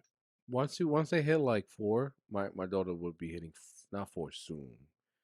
Next year she'll hit 4, but Let's see. she's 3. But even 3, I'd just be surprised about some of the things that she be telling me. I'm just like, and Yeah. she's a little bit speech delayed, and I personally think that's a COVID thing. Like something in the air got all these kids with speech delays type of shit, in my opinion. It's the socialization. No, no, she didn't have that problem. We No? Nah, we would take her to like cousins, friends, and she'd be like, she's a hugger. She just wants to be out there. Oh, okay. Yeah, We, yeah. we wasn't that family that was like, oh, let's stay home. Like, nah, like let's go to the park. There's kids there. All right, let's go take our daughter. You know what I mean? Yeah. I wasn't. No, I wasn't with that shits. I'm still not with that shits. But Yeah. yeah, she's a social butterfly, man. Like if she don't know That's you, good. if she don't know you, if she don't fuck with you, then I'm not fucking with you. Because if my Oh, daughter feels your facts. energy off, or my youngest, who's even who's more sensitive, if she can't fuck with you, then I have to question you, or Oh, something's facts. attached to you. You may be a perfect person, you may be fine, but there's something attached to you. And then I was like, I gotta Yeah, see. I gotta bro. figure this shit out. I was I was in Target like a week ago. There's this baby in the stroller like looking at me, laughing, like looking at me, trying to get my attention. My mom was like, "Yo, that baby is talking to you." I turn around, the baby goes, "Whoo," and I go, and then I go, "Whoo," and Who? the baby starts, and we both laughing and shit. And the mom looking at me like, "What are you doing?" Like the kid's mom, and I pointed at the kid, and the kid points at me, and we're like, "That Spider-Man meme." Yeah, the Spider-Man meme. Yeah, Yeah. yeah, yeah. It was great, bro. Yo, like I love like I don't know, kids for me have always been like this magical like they're like cats in a way, because there's this myth where like the reason why cats were so big in Egypt is because they could visit the physical and the spiritual realm. Mm-hmm. Mm-hmm. Yep. And I feel like kids do the same thing. Like kids can go back and forth between like because they were just born, We in this you know? conversation. Let me sit down. We Yeah, already here. yeah. Now I know. They're starting now. Yeah, yeah. Yeah. So they were just born, but they know like the social cues. They know like how the life like you ever seen photos of like newborns and they looking around like, yeah, I'm in this place again. Fuck, like. Yeah. Yeah. Yeah. Or when they look, man, when my youngest be looking at a corner, I'll be like, "Fuck, are you looking at?" I'm like, "What are you looking at?" Because I'm like, "What spirit are you? Is there? It has to be a white spirit, because we Yeah, do what we gotta do to make sure the bad ones are out of here, bro. yeah, You yeah. You know, got to. it wasn't until, Def- like I said, my spiritual awakening, or just like diving. Like I was always in that part of like being out there, just keeping open minded. But it wasn't until like a year and a half ago, or even within the year, that I was really, really, like my mind was really opening. yeah, That like I started seeing everywhere, like like the Japanese. like they have their throne. You know, they have like a plate of food in front of them, and then they put a Mm, candle and everything. Like at it, I was like, oh yeah, that's nice. It's a remembrance. But then I'm like, wait a second. They're doing it because maybe the spirit is coming and like, thank you, I can eat this. You know, like the candles yeah. is their light to come back. And then I was like, wait a second, who else does that? Oh shit, the Mexicans do the Day of the Dead. And then I was Yep. like, then I'm seeing it everywhere with the throne, with the candles, and learning the pot like the like, candles itself with the lights. You know the spirits. And I'm like, oh, no wonder they got the kids. They got so much light, so much energy. You know, they don't really come after us because we all like flip floppy, but all that. Just my mind Yeah. just. Then you see in movies, then you start seeing like, oh shit, they trying to kill your spirit over here, and then Yep. when I can't talk like that with some people because I gotta learn how to say it with the people who do understand. I was like, oh, you get it, yeah, yeah, but Yeah. That's you why know, horror movies are such a big thing, man. It's such a big genre because like you. Okay, so communicate. I communicate with people with different languages all the time. Like we in New York, or you used to yeah, be in New York. You know how like this is a mecca type shit. Like there's people yeah, from all over the world. People tell me it's not about knowing the language; it's about knowing the cues. Like a smile is a smile anywhere in the world. You know what I mean? A sad face is a sad face. Like I've had communications with people just over emojis, bro. Like we don't know. They don't know English. I don't know whatever language they speak, but we use emojis and we understand each other. yeah, That's what it is. It's just you gotta find a common place, some sort of similarity, and stick to it. Because I'll tell you the truth, man. Like horror movies, I don't watch horror movies anymore. I mean, I don't watch movies really. Like I can't watch anything that's sequential to me. Like I can't watch a show that's like, okay, you need to watch episode one to watch episode two. okay. All I watch is Bob's Burgers. I fall asleep to that shit. I watch it 24/7. Kind of contradicting yourself though, because you in One Piece. It's sequential. Oh, right. I mean, I don't watch it. I read it. I read it too, but it's still. Oh, okay. I say quiet. Yeah. I say quiet. I say quiet. I just read the latest chapter too. Oof, it was immaculate, bro. So 1081. I'm not up there. Like I Ooh. follow a guy on YouTube who tells me about it. I'm still reading it. Who you follow? O'Hara. Oh, Library of O'Hara. No, Yeah, bro. no. Yeah, no. O'Hara. The dude's just name is O'Hara. He's a white dude. But it's a He's in white dude. He Japan. speaks Japanese. Yeah, Well, he's in Japan. He don't speak yeah. Japanese. No, he speaks Japanese. No, I know, but I know he can, but in the videos I watch, like Oh he just yeah. dropped the latest video talking about black beers, like the potential of three that he like Oh, the how he three found. devil fruits. Yeah, that he's talking about like Yeah, that. Okay, so he yeah. yeah. I know. I follow him. I follow Rogers Base. I follow King of Lightning. I follow there's this one dude that I gotta give him a shout out. There's no way I can't. Oh, what's his name? Nah, I gotta Damn. find it. Give him a shout out. You know his name. Nah, bro, I used to watch his shit all the time. I gotta let's keep talking because I'm gonna find him. I'm gonna find him. Nah, but I want to hit that point with the horror films. I don't watch horror films anymore because when I was younger, before like I said, Awakening. Oh, Brago the Ace. That Okay, is my okay. dude. Yeah, and yeah, I just had to. There's no way I could not bring up One Piece and not talk about him. So We'll that get I there. We'll get to yeah him. But before I used to watch scary movies, horror films. yeah I watch and enjoy it, but then I would always be afraid in my house or something like, oh shit, I guess recency bias type of thing, right? yeah But it wasn't until now that I'm like, nah, these movies have power because if I'm yeah watching something here and it's like, you know, what am I bringing? What am I attracting? My mind is mhm, already focused. The movie itself can attract something, but then me watching could also attract something as well. yeah And just the type of movie could also attract something. Like so there's always these like the Exorcist, like that movie still scares me to this day. The yeah Exorcist. I haven't seen the whole thing, and I'm never going to. But what I have seen, like I would say 70% of it, and I had to do behind the scenes so I could like nah, it's a movie. It's a movie. You know what I mean? Or watch scary movie like the comedy one. so I could Yeah, just yeah, forget about it. But there's something, then you hear the stories with the poltergeist movies that mm, each female something happened to them, and then I think in The Exorcist, the priest, something happened to him, the actor in the movie, like later on in his life, that was similar to the movie. And yeah, I was wondering, like, how can actors do these things and go home and feel fine, unless they're yeah. part of it. It's like Russell Crowe has a new movie, the Yeah, Pope's The Exorcist. Exorcist, and I'm like, nah. And I'm like, bro, that looks like it'll be a good movie, but I do not. I tell people I do not. I don't touch scary movies. I don't touch scary games. I just don't.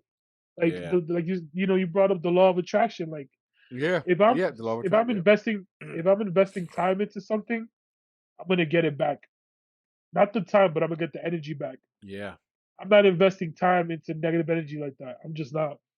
and like, yeah, I want to watch at my house. What am I inviting in my house with the kids and everything like that? Like, what am I inviting? And then they're gonna Yeah, go out. You know what I mean? Like, and the thing that bothers me that I just realized this maybe a week ago was like the promotion for scary films is all over your face. I remember when I was young, it will be on TV. I have to mute it because I'm scared, or I just close my eyes and wait till it's over. But yeah, why?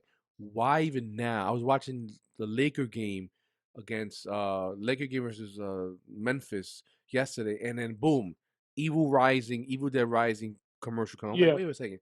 But kids watch basketball. They want to see LeBron James. Why are you yeah, showing me this commercial? Like, no, do that. And then there was I was in the Bronx, near the Bronx Zoo, right near like the connection of the Bronx Zoo and Tremont, I think it is, that you could go mm, straight into the Bronx River.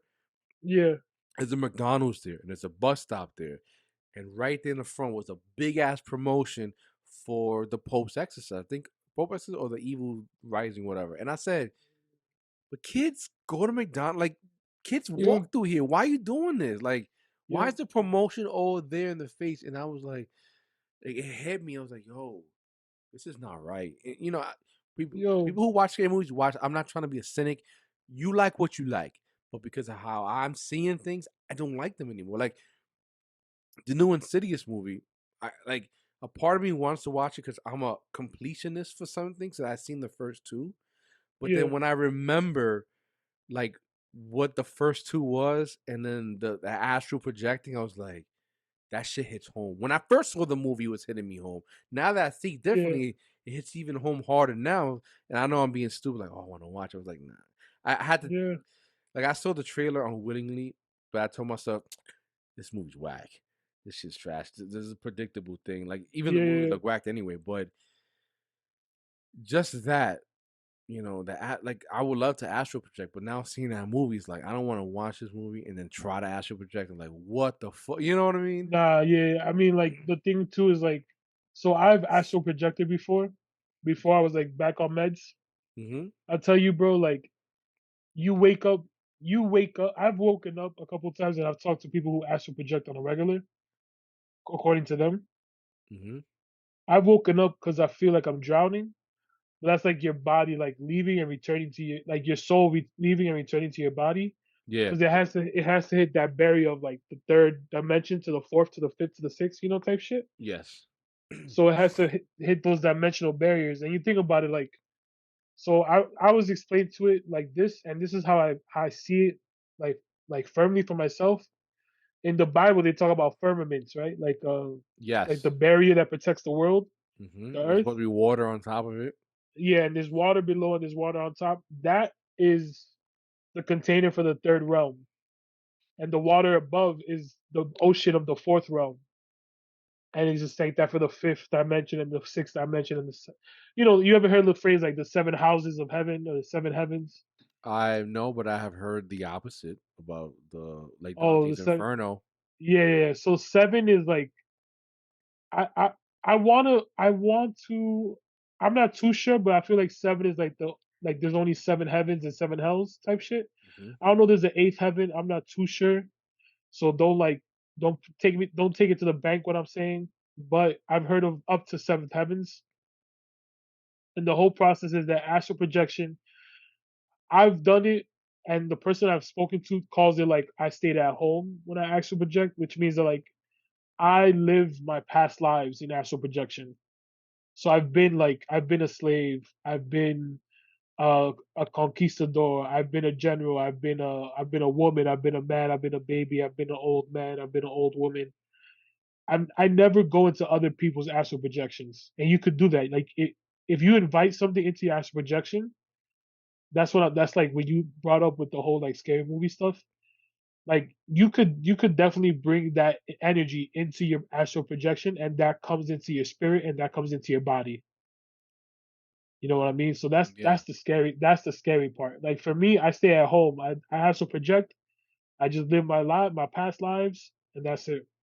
And here I'm thinking astral projecting was like a way of like, seeing the world like flying, you know? I mean, it depends. It depends how you, because there's different hows, right? Like I just said, I'm a homebody, so I stay in my like my DNA genealogy stuff. Like I live Yeah. my past lives. Like I think of DNA as a code. Like you ever played Assassin's Creed? Oh, yes. That's So the code thing, yeah. you know how like he sits in the And animus, mm-hmm. and animus lets him relive his ancestors' lives. Mm-hmm. That's basically what I see DNA as. So like I could relive all my past lives, which were like my ancestors, because I have that energy. I can't go into the future because I don't have that like I don't have that energy in me, right? Like if I had a kid or a grandkid, I could probably ask project it to their life, but I don't have that right now. So all I know is how to like live in my life. Yeah, man. It's Sorry, that's interesting. yeah, yeah. And Like, like I said, you could visit other people's astral projections. Like it's all you think about it like a like you ever see the Ethernet map, like an internet map, where they have all these like blue lines and they have these nodes. yeah, It's just like that. Like you think of it as like a signal for yourself, but then you have like a Wi-Fi node, so like you have a meeting point, and you mm-hmm. could meet other people's astral projections. You There. know, and like yeah, And yeah, they go back and then they go back and to then their cable, I guess, like if you were if talking they about. invite you, yeah, yeah, yeah, you like you have to. So you ever seen a vampire movie and they're like one of the rules is you have to, if we don't get your permission we can't enter your home. Yeah, yeah, like Vampire Diaries. Yeah, so that's pretty much how soul stuff works too. Like you need to give your explicit permission. You need to give like I invite you to such and such. I invite such and such to to come into such and such by my authority such and such. You know, that's why like you got to be very careful with like spirits and energy. Like you said, like if my child doesn't fuck with you, I don't fuck with you. That's how it has to be. Like if my dog doesn't fuck with you, my dog is very like Nina. She's very scared of a lot of things because she has like my anxiety. But she'll get around people that she likes, right? But if you come into the house and she's like not fucking with you at all, you come here multiple times, Yeah. I know for a fact that something is not kosher with you. You know what I mean? Like, Mm-hmm. Mm-hmm. Mm-hmm. yeah, It's it's funny because like in fiction, what you meant, like you can give me examples of fiction, but who's to yeah, say that fiction's not getting their examples from reality? yeah. Art imitates life, and life imitates art. Like the show Seventh Heaven, right? You saying Seven Heavens? Why they name that show Seventh Heaven? Sure, they Yeah, probably had their own thing, but you know what I mean. Like there's so many things in. I feel like it's mocking. Like oh, we know the truth. We're gonna use the name anyway. Like they mock. You know what I mean? Like yeah, they mocking you. You're never gonna get to yeah. that point. But then there was another example I had. I just can't recall right now. But go ahead. I'm intrigued. Honestly, don't think I'm not intrigued. Like No, no, no. after this pod, I'm gonna be asking you a lot more. If you have No, of the course. time Yeah, about astral projecting, yeah, because I didn't even know about that. Like I said, I thought the whole astral projecting was just. Oh, now I mentioned you say you can live your past lives, like Avatar: The Last Airbender. yeah. You know what I mean? Like that show alone had so much, especially when Aang was trying to unlock his I think His it was his chakras. his chakra point because he lost because this Azula hit him with the lightning and then he lost his connection to the Avatar state. Like that Yeah, episode when he goes to the Guru was fucking crazy. Yeah, I be with seeing. the sea turtle. Oh my, no, I'm a huge sucker for lore and things like that, which is why One Piece. I hated One Piece before, but then when I got into it, I just fell in love. Yeah, Like I'm not even a fan. I don't care about what the One Piece is. I yeah. care about what happened during the The 100-year voice void, century. the void century. I Yeah, care about who's Joy Boy. I care about is Joy Boy also the sun god. yeah, I care about those things. yeah. What was the true word of Ohara? What about that ancient civilization? What about that dude who's in the moon? And you know that Yeah, that's the things that I love more in lore and stuff. So when you're telling me that, like I'm like, wow, like I already know you want like when you be posting stuff on Instagram, I'm like yeah, he's in a level higher than me, and I want to learn from this level because yeah, just that seven hells and seven like I have heard the expression, but and then the astral, I'm like I'm fascinated, I'm yeah. intrigued, like I'm awake, like I'm like oh That's my god, this is amazing. that's I don't know if you can see it, but I have a septum piercing. Yeah, I can That's see. why Of I course, got I the can see pit. Yeah, it. I don't know how the video quality is, but No, it looks really that's good. why I got the piercing because of astral projection. Okay, well, Because like is that like a medium or something, or like what's uh or the? for me it's an anchor. So there's sometimes where I wake up but I don't have tattoos and I know that I'm not in my body. Wait, I'm not laughing because it's something like that. I'm laughing because it's like holy shit, Inception. Yeah, I, that's how I correlate things. I'm not trying to yeah. distract. No, I'm no, no, just you good, you good. so you don't have But tattoos, huh? so in this life, in this physical plane right now, I have tattoos and I have a septum piercing. There are some nights where I wake up and I don't have anything. I don't have tattoos. I don't have a piercing. That's how I know that I'm not really in my physical body. You still So I have astral to like, projecting. yeah, yeah. So I have to make sure when I breathe through my nose, I always feel the piercing. So if I breathe through my nose and I don't feel it, then I know, oh shit, I gotta get out of here. I gotta get out of here because if you like, for me, I believe, and this is tough to say, but I believe that every time I die in an astral projection, that's part of me that's dying off.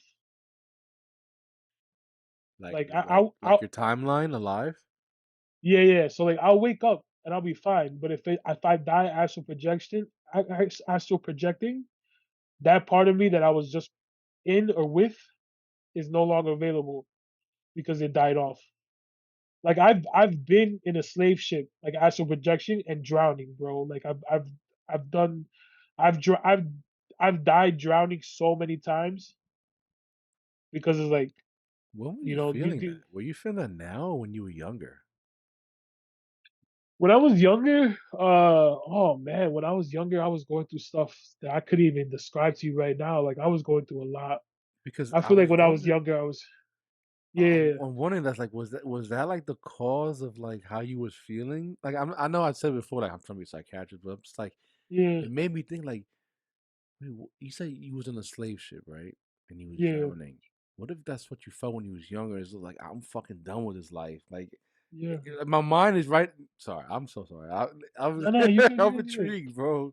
No, I remember having one of the reasons why my dad is so important to me is because when I was depressed and I was at home, like literally 24/7, left school, had to leave Cornell after 2 years, was home for like 6 months, left, came back from Cornell again. One of the reasons why my dad is so important to me is because he was the one person who was like, he was the stay at home dad at that point, right? Like he retired, he was old, all he did was write his political books and papers. But we would sit and play Parcheesi, bro, like all day, not even talk. We would just sit together, just play board games, watch TV, and we would not talk for days. Hmm. And I remember one day I was like, "Yo, Dad, what if God's create like I was really big into Mass Effect when I was younger. Oh yes, yes, yes. So you know how like the Protheans um created the bad guys, the fucking what would they call the I remember Reapers? like that, but I got you. Yeah.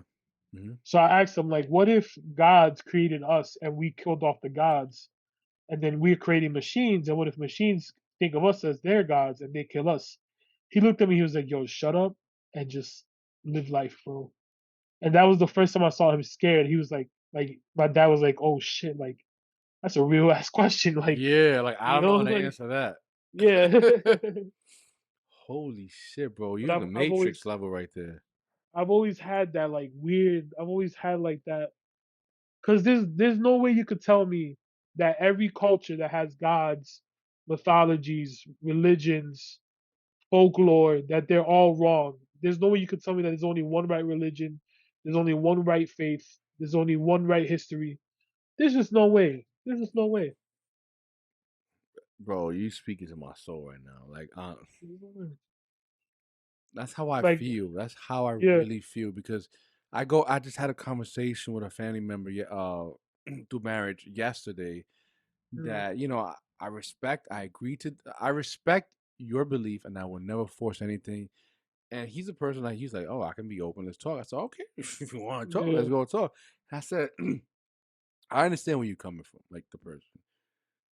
But for me, I can't dive into a doctrine, the Bible, and yeah, not think that hasn't been corrupted from the past because of human nature. yeah, Humans are just regular men in power would do anything to keep their power or just to keep control. And you're yeah, telling me that the Bible is exactly the way it was when they first found it back then. And they didn't mess up one translation that today is going to be something different. And then on top of that, who decided that the scrolls that they found, it's not like they found a book called the Bible. No, they decided scroll, scroll, scroll, scroll. Let's put these composites together to create the Bible and let's put it in this yeah, order. You know what I mean? You're not gonna sit here and tell me you have to follow the word because the word is the truth. But what are the basic, the foundation was 100% flawed. So no matter what you're telling me, you're going off from a flawed foundation because they fucked up in the beginning. You're not gonna yeah, tell me the Rosetta Stone was a correct way to translate things. What else? One motherfucker reading through Rosetta Stone. First of all, how do we even get? Like there's too many yeah, if to me that I can't see it. Like you want to have faith in God, by all means, let's go for it. But I'm not gonna have faith on a book that even now in today's day with the people in power, they change things like who was yep, the real winner of the Cold War, the Vietnam War. I bet the Europeans will probably tell you something different. They were raised different. mhm. Over here, they were raised different. The I I Americans. I read a funny meme. It was like people tell you they wouldn't believe the word of God in the Bible, but they'll believe like fortune cookies and like horoscopes because it's written by man, right? And it's like, look, at the end of the day, like you just said, you did church history. You know the Council of Trent, the Council of Nicaea. You The know how Great the Bible was. Schism, all that. You Yeah. know how the Bible was formed. Like we know for a fact that people sat around. They said, "Does this book make sense? Yes. Does this book make sense? No." So we keep that book out the Bible. We put this book. We put it in this order because sequentially it makes sense. But Yeah. you don't know. Who knows? The Bible is supposed to be much bigger than this. If you put all the scrolls that they found, it's supposed to be like 3 times the size. And how many scrolls they have in the Vatican catacombs that they're not telling us? Ooh, Years, years, bro, years, my centuries. bro, my brother-in-law's brother or his cousin, somebody in his family, like direct family, works at the Vatican. Like he's a priest at the Vatican. I've always wanted to like get inside his head, but I'm not like You that know close he's with his not gonna. family. Yeah, but he's But not gonna. he, Even if he was, he's gonna say yeah, lock he's and gonna say key. nothing. Yeah, bro. But like that, it's just fascinating to me. Like it's all what was that word you said about Jug? It's a scam. Yeah, it's a scam. Remember? Yeah, Yeah, it's a it's all a scam. scam. It's all a scam, bro. Like for me, religiously, I've always felt kind of close to Islam, but Uh-huh. I would never convert to any religion for the simple fact that like there's no way there's one right religion. There's just no Mm-hmm. way in hell. And if if God calls my time, right? If God is like, Lewis, you're done, you're dead, come meet me at the gates, and he tells me, ah man, you had a chance to join a certain religion, you didn't join, You're going to hell. I'm gonna be like, I bet, bro. Like, You see, that's fucked up, right? Because isn't God the way they say it? God wants everybody, right? So yeah, even at the gates, if he's like, "I'm so sorry," like I really, like I want to come in, like I want to experience your glory, and why is he gonna turn you away? You know what I yeah, mean? Because what if hypothetically Hitler at the end was like, "I'm so sorry, I fucked up," or I may get yeah. chastised. I Apparently may he get did. chastised for this, right? But what if Hitler wasn't wrong? You know what I mean? I'm not saying what he did was. We wasn't there. That We was my point. wasn't there. I had a conversation with my co-host Anthony about Mm. the Holocaust, and I said, listen, I'm not disregarding that it didn't happen in history, whatever, but I'm just saying you never know because we wasn't there. You know, Yeah, the victors write history. yeah. So they could have wrote it differently. What if he actually never died and actually made it to Argentina, like they Have said you all this time? You know, have you and what ever heard the story of the Nanking in China?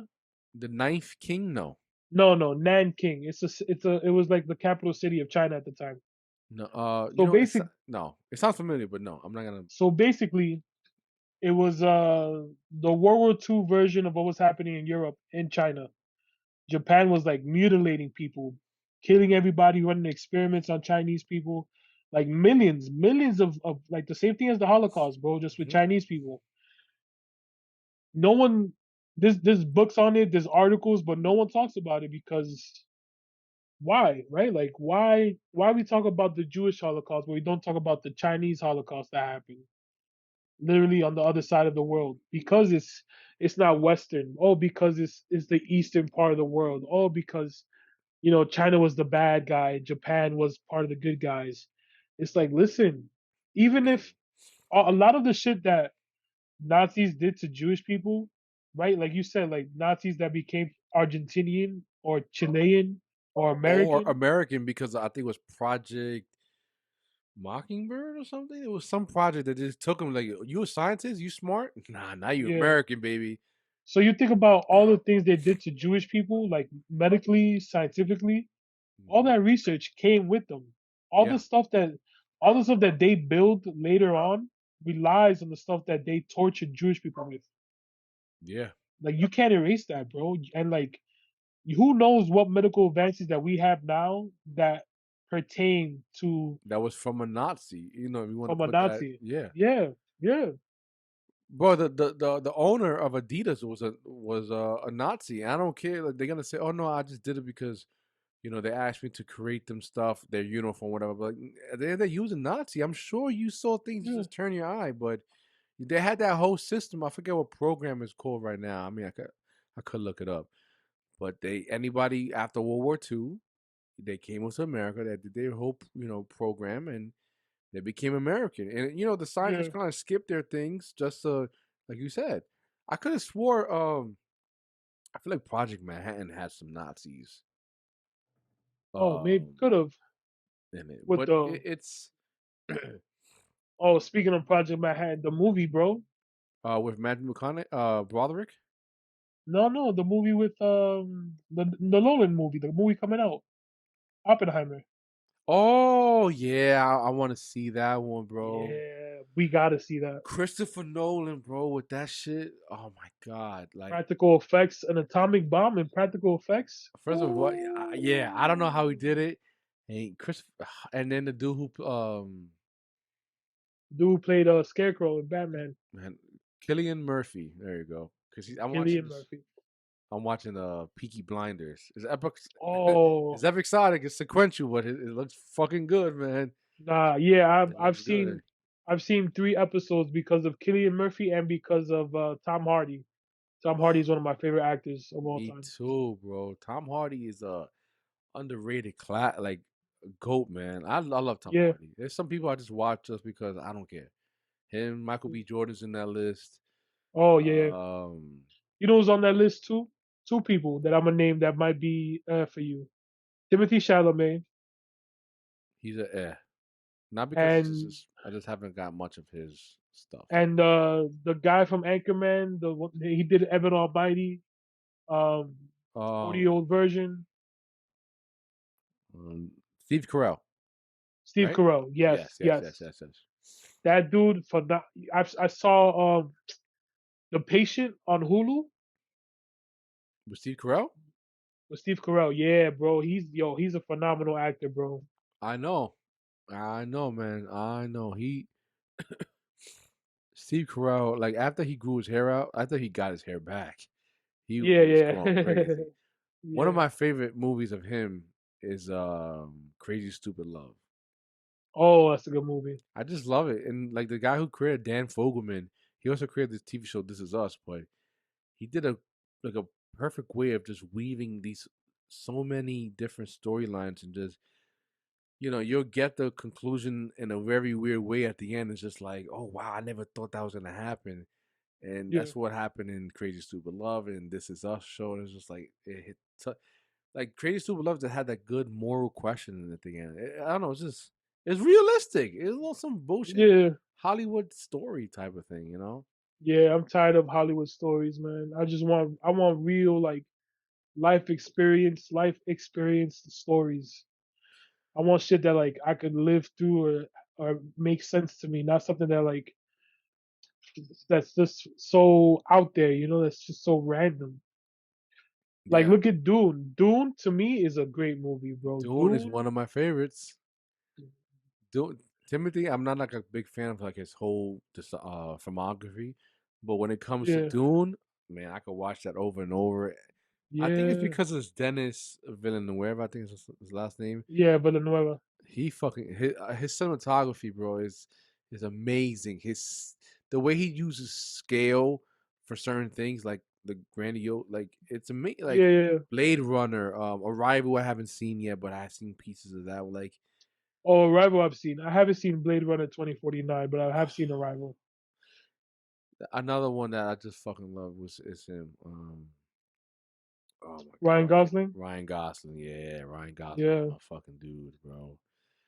Ryan, Yo, this guy's dude was in Wrath of Man. Scott Eastwood. That was Clint Eastwood's son. he's alright for me. He's not up there for me on Yeah. my list. He's No, alright. no, he doesn't have like the star power yet because he's not really like a big name. Mm-hmm. But I'm saying that like his Clint Eastwood's son was in that movie, Scott Eastwood. No, Yeah. I know. He was in Snowden movie. Yeah, Scott. he He was an was in analyst. Suicide Squad, the first one. Yeah, yeah, yeah, yeah. Uh huh. Well, wait. Yeah. What was he? Well, was he He was just a random like Rando? Yeah. Okay. Okay. Okay. Okay. yeah. Okay. People thought he was like Rick Flag, but they never really gave him a name. Yeah. Oh man, that dude plays Rick Flag. He did a TV show called Altered Carbon, and that Oh, show was Joe Kinnaman. yeah, man. That show Yeah, was altered. oh my That god, is but the it got whole it thing got with canceled, bro. yeah, season two. Anthony Mackie did a Uh, great job, but just the whole idea of like that. What would it's just happen when money just doesn't? There's no such thing as money anymore, and just like you guys could live forever. And it's like yeah, people don't same shit. realize it, but all these sci-fi movies that we're watching and stuff, we're getting close to things like that Yeah, becoming a bro. Like reality. bodies becoming sleeves and your consciousness into a hard drive. Bro, I'm ready. I'm ready. Okay, okay, so sound like the whole Black Mirror episode. Would you kill your? Would you just die and go to heaven, or would you put yourself in Saint San Bernardino, where it's like you stay on a hard drive forever and never die? Like you just put your mind in a consciousness.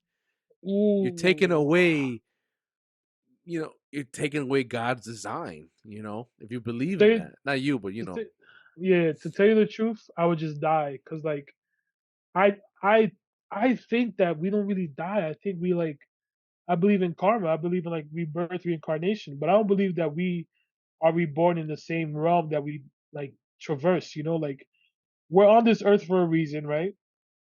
We go through our karmic debt. We go through our generational curses, hmm um, our sins, whatever you call it. But at the end of the day, when they weigh the scales, right? When you're at death's door and they're like, okay, which is how much an good, how much Egyptian bad? belief with the scales. Yeah, right.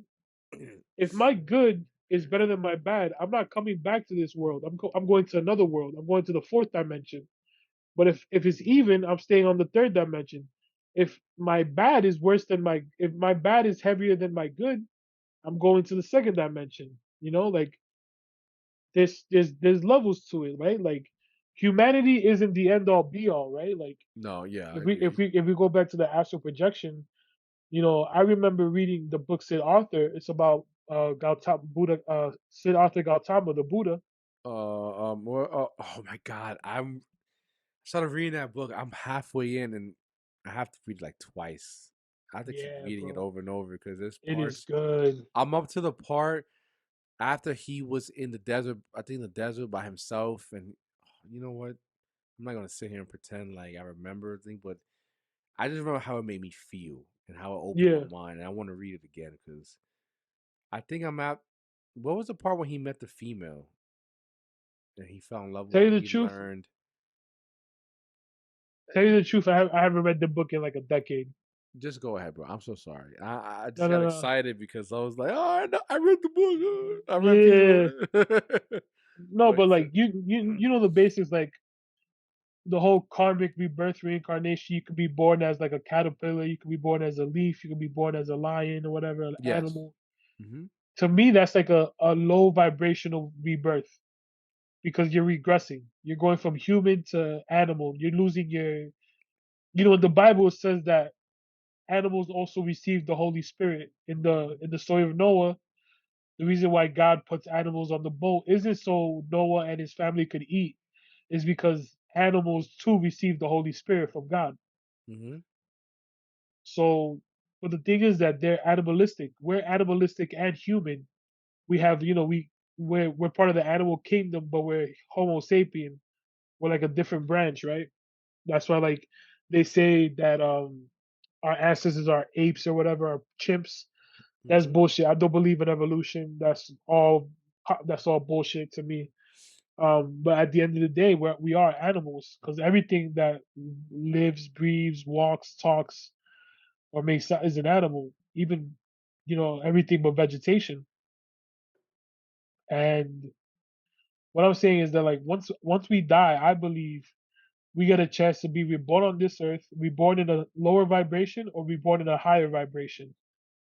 And I don't see anything higher than humanity on this in this realm, really. In this realm, yes. In this realm, yeah, I don't see Yeah. anything Okay. higher than humanity. But if you was in the, I'm gonna research it because I'm interested. But if you was in the fourth realm, you would be a god, not to right. Maybe I don't know, like a lowercase god, maybe. Yeah, exactly. I guess yeah. To be reborn as like Toth and like Hold that'd be cool. on. Yeah, little bathroom break. Um, listen, like I said before, I don't remember exactly what we was talking about before, but Yeah. the whole thing with different dimensions, I'm definitely gonna dive into it because when you mentioned, and I remember when you mentioned that when we die, we enter the next dimension, right? That would be the fourth dimension. So when you were Yeah. saying that, I'm here thinking, oh, okay, maybe he's referring to like sometimes like when I like to use how I'm expressing myself, I like to use literary examples or movies. So like in Mhm. DC comic books, they have like different Earths, different multiverse. So I thought you was gonna say like we're still on Earth, but we're like an Earth 2 Earth. You know what I mean? Or Earth Yeah. 45 of the same multiverse type of thing, but maybe in a different, plane, but we're still technically connected. Cause, I think about that, right? When we die, right? Yeah. And I don't think about it for myself. I think about it more my relationship with my wife. Like, am I gonna meet her again? Did I always meet Mhm. her? Um, or is this like the end of our life that I'm gonna see her in heaven and we're just gonna live the rest of our lives? Or do we have to come back and experience everything? Like, do we have to experience all types of life before we can go back to before we reach a level that hey maybe we become like God, not God, but we become a God like, and then we can achieve that nirvana and then enter the gates of heaven, you know But Yeah. am I gonna like? Do I have to become a woman after this and experience childbirth? A slave, like you said. Do I have to be a child in China and my life is dead in 5 years because of some stupid circumstance? You know what I mean? Like, what happens after? Like, nobody knows the answer, obviously. You Yeah. know, and you're going from the stance of you astral projected, so you kind of got that answer for you personally that Yeah. you went back and visited the other timelines of your life, but I'm such a sucker when it comes to like everybody else. Like I care about everybody else before myself, Yeah. especially when it comes to like my wife first and then the kids. And like I want no other niggas with her. Fuck out of here, only me. You know what I mean? Shit, if she could be the man this time and I'll be the one to female, I receive it. But it's only Yeah. gonna be me, But I don't know. It's like she's in my life for a reason. Everything happens in my life for a reason. But what happens after we pass away? Yeah. Like I'm 100% I, aware that our parents, our grandparents, they're there in the yeah. spiritual sense. They visit us. I'm 100% aware of that. Mm. But then what happens when I pass? Do I visit? Do I transcend? Do I, like you said, go to a different thing? Like I don't know. I just don't. Yeah. Nobody knows, but I just the questions of life. That's where I'm at in questions of life. Yeah.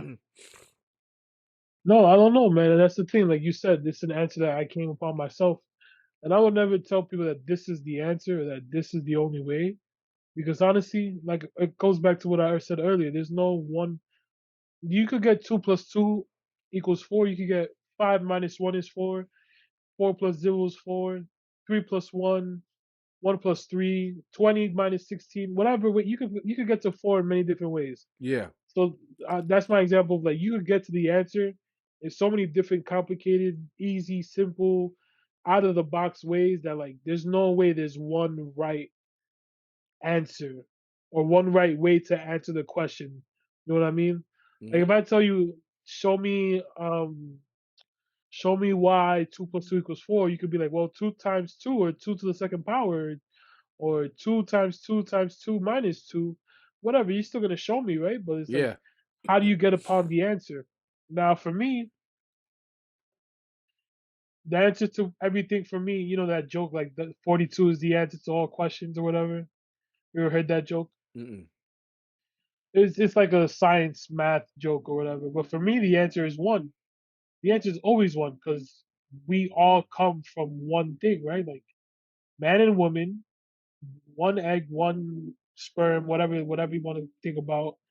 But the oneness of God is one, and then it goes to two, and then it goes to three, and then it goes to five. I think about the Fibonacci sequence. Oh yeah, yeah, yeah. What is it? Yeah, 1, 2, 5. So one, two, three, five, eight, I know uh, it's because you add the 12 last number and then it to goes the right. yeah. So You like add the last number with the last current number. right. Yeah, yeah. So like 5 and 8 So because you say 1, 2, 3. So 2 plus 1 is 3. So 3 plus 2 is 5, and 5 plus 3 is 8, and then 8 plus yeah, yeah. That's how you go with the five. Yeah. yeah. So I think about that, and I think about like Fibonacci sequence, the golden ratio. I think about like all these mathematically observed things in nature. So like when people call God the architect or the mechanic or the clockmaker, is because God is very precise. Like there's a precision to creation.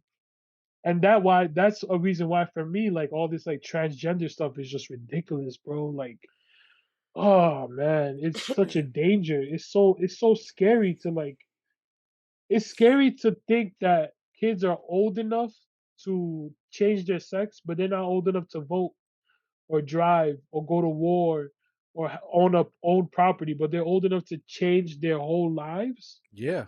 They're not And even old people enough to get a tattoo. they don't understand how that's gonna affect them in the future. And then when you hear the people who have done their transition, Yeah. regret it, try to transition back if they can, you don't hear those stories on the internet. You don't hear those things being pushed out because they don't want that. It just The detransitioners, yeah. mhm. Do you need to want to pause it or something or? No, no, I was looking for Nina, but she's out there. Oh, Yeah, uh, my dog. we good? No, I know, but we good. Like you want to Yeah, check on we her? good. Okay. No, no, no, no. Okay. No, but I want to hear you. See, I'm talking about more like a you know basic front of everything. But so when you're talking about that God is the architect. How does that transgender go against um his design? Because it's basically saying, oh, my feelings are more important than what the Almighty has in store for all of us, and then that supersedes any type of creative license that he had, right? Like if you're born a boy, it's not because you have a penis. Your penis is an example of you being a boy, but your penis doesn't make you a boy. What makes you a boy is your chromosomes, it's your DNA, it's your genetic expression. You can't change that with any surgery. You can't change that with any hormone pills. You can't change that 20, 30, 40, 50, 60 surgeries. You're always going to be a boy. You're always going to be male. You're always going to be female. It was gonna be the X So, chromosome. yeah. So, unless like, how far do you really want to take science? How far do you really want to butcher yourself? They really trying to change it with the genome projects and they really trying to change the Yeah. makeup of your DNA.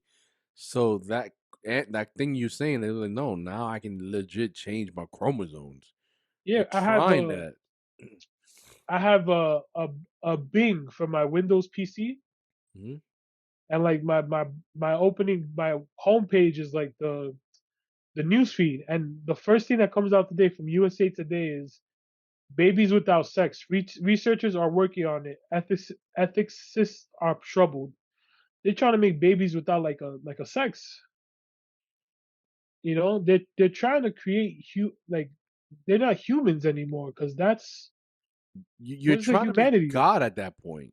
Yeah, You're trying to create. You're trying to clone or just alter genetic makeups to be the design you want. Like, man, I forgot, and I'm gonna butcher this up so bad no, no, because yeah, somebody told me, and it's been, but the real war in like that whole war in the Middle East is not about oil. It's like the people in power want to have something over God. There was something they fighting for over there that to them gives them the ultimate power. Like, okay, God, I have something over you, type of thing. You know yeah, what I mean? I forgot how they explained it, but I was like, you know, I'm not gonna say that 100% makes sense, but it was like it kind of makes sense. Like I see your point of it. Like you yeah. had a Well, very you good argument from it. You know? you think about it, the three major religions, Islam, Christianity, and Judaism, they came from the Middle East, bro. Yeah. Uh, Christianity is an American. Mad people think, oh, it's an American. It's not. It's Middle Eastern, baby. Isn't Judaism older? Judaism is the oldest. Christianity is in the middle, and Islam is after. Yeah, because it was with Ishmael and Isaac that's what that's what it started. But before the sons, Judaism was there when they left Yeah, Egypt, right? No. I'm so wrong, right? It was Abraham with his two sons. yeah. Well, Abraham with Isaac. Yeah, Even that story alone bothers me when I was trying to read it because I was like, so God, you telling me Ab- Abram yeah, before, because his name was Abram before, he was trying to have a kid with his wife Sarai, and he yeah, couldn't. But then out of nowhere, he's like, you know what? Have a kid with your mistress. Like, why would God say that? Have a kid with your mistress out of marriage to test your faith on the other side, and then they had a kid, and then Sarai, she became Sarah, and then she could have a kid. It's like, but why do all this conniving shit, or why even do that to test people's faith? Like they always say, oh, God was a vengeful God in the Old Testament and all that stuff, and it's like, but yeah. But why? Why? That's but fucked up. now, but the thing was that Abram and Sarah were loving and faithful. The thing was that Sarai felt like she wasn't worthy of a woman to carry his seed. Hmm. So God said, Abram, you already have a mistress. Take her upon as your lover, have a kid with her. And so Sarai and then God had to work with Sarai because Sarai was the one that was not that it was her fault. I'm not saying that, but I'm saying that she was the one who was convinced that, oh, maybe it's me, maybe something's wrong, that I'm not supposed to carry his seed. Mm-hmm. And then that creates the illegitimate seed and the legitimate seed, kind of like, like child out of wedlock or child out of marriage, child of marriage. And it also fulfills the pact that one child will start Islam and the other will start Judaism. Yes.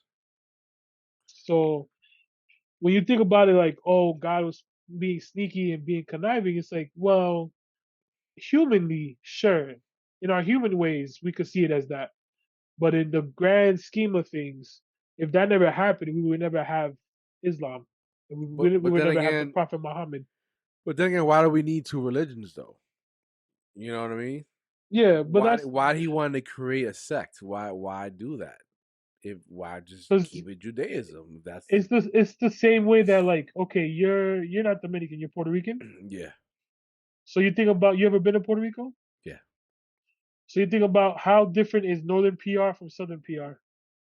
I mean, I wouldn't say I know it like that, but I just feel like it's one is well now. I just feel like Northern is more like tourist, and the Southern is more campo. That's how I'm thinking.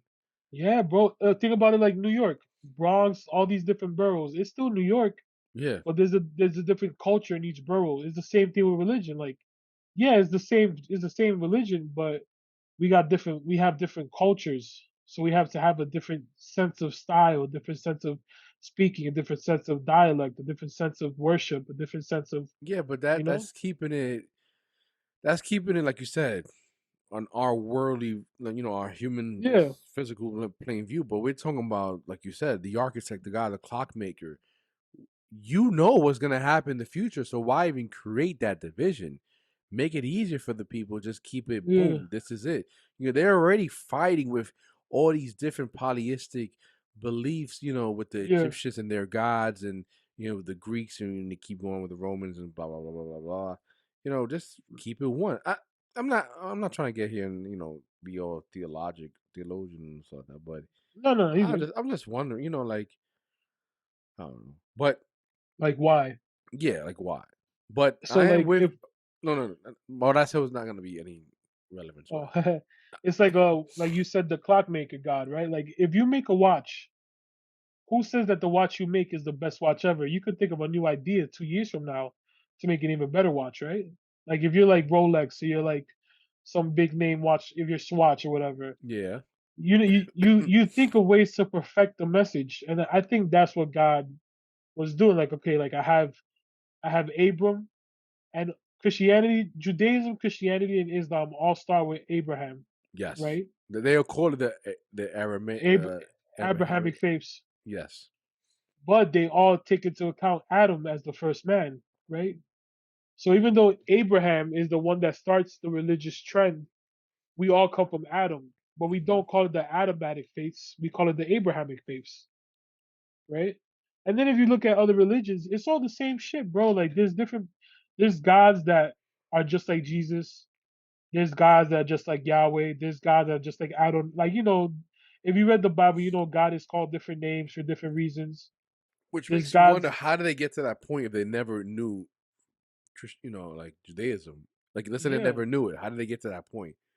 Was God talking to them, yeah, or was a different spirit was talking to them? yeah. But That caught. it's like, I know a little bit about like Asian religions and like Celtic religion and stuff like that. So I believe in China, they have Pangu, who like created the cosmos out of like chaos and order. Like, he had a big axe and he split it in half, and like his body decayed and it became earth.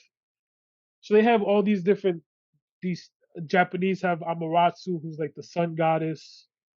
You Mataratsu, yeah. Yeah, yeah, Which Naruto used a lot of those references. yeah. Tsukiyomi, yeah.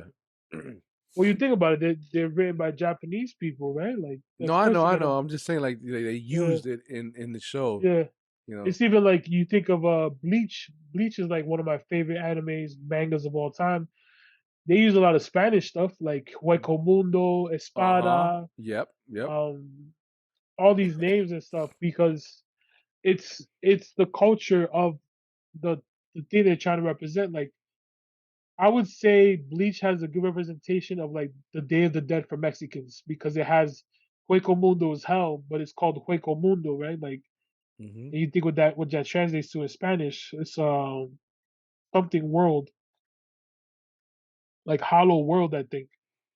Well, yeah, I mean they are hollows, yeah. Yeah. Then you have espadas and their swords. Their sword for Aizen. Aizen is the mastermind of all things. But you think about like all these, like you were saying earlier, that they use candles in Mexican culture, but they also use it in Japanese culture.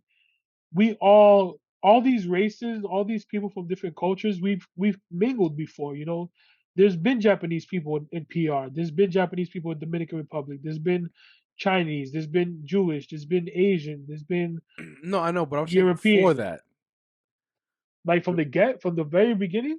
Yeah, because it wasn't like one Japanese dude went to PR and then he came back and then the whole religion was created. No, all these things were created before people were traversing with each other and cross, Oh their yeah, yeah, cultures were, crossing with each yeah. other.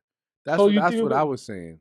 you think of it like our cultures, right? Like we have where I like to call ourselves island people, right? I think people of islands are much different than people from like Lockland areas Hmm. because we could live in PR and we could be like, yo, you see that island over there? Yeah, Yeah, I'm gonna make a boat and I'm gonna go over there. yeah. But you can't be on land and be like you can't see that far on land, but you can see They that just far in the ocean. they just try. I mean, they just think it's more land. Yeah. But the thing is like when you on land, like I can't stand in my hand and see Brooklyn, but I could Yeah, stand in PR and see DR. yeah, And yeah. it could DR is farther from PR than Manhattan is from Brooklyn, but I can't see Brooklyn from Manhattan because of all the land and all the hills and I think you everything. could technically see Manhattan from Brooklyn. I think so. Tech, Technically, tech, technically, I think that isn't depending that where that you are, yeah, isn't that on the FDR? Can't you see Brooklyn from the FDR? maybe, maybe, maybe. You're But clear that's enough getting away point. from the point. That's getting away from the point. Yeah, yeah. So like I said, the people who were on landlocked, they're not gonna like, oh, let me go. Like there was nothing there to let me go over there and see what it was. It's just it's more Yeah, land. If anything, it's just they were more just like, forest. let me But with the keep people going. who, was in in their own island, it was like, oh, let me see what's over there. I just got Yeah. curious.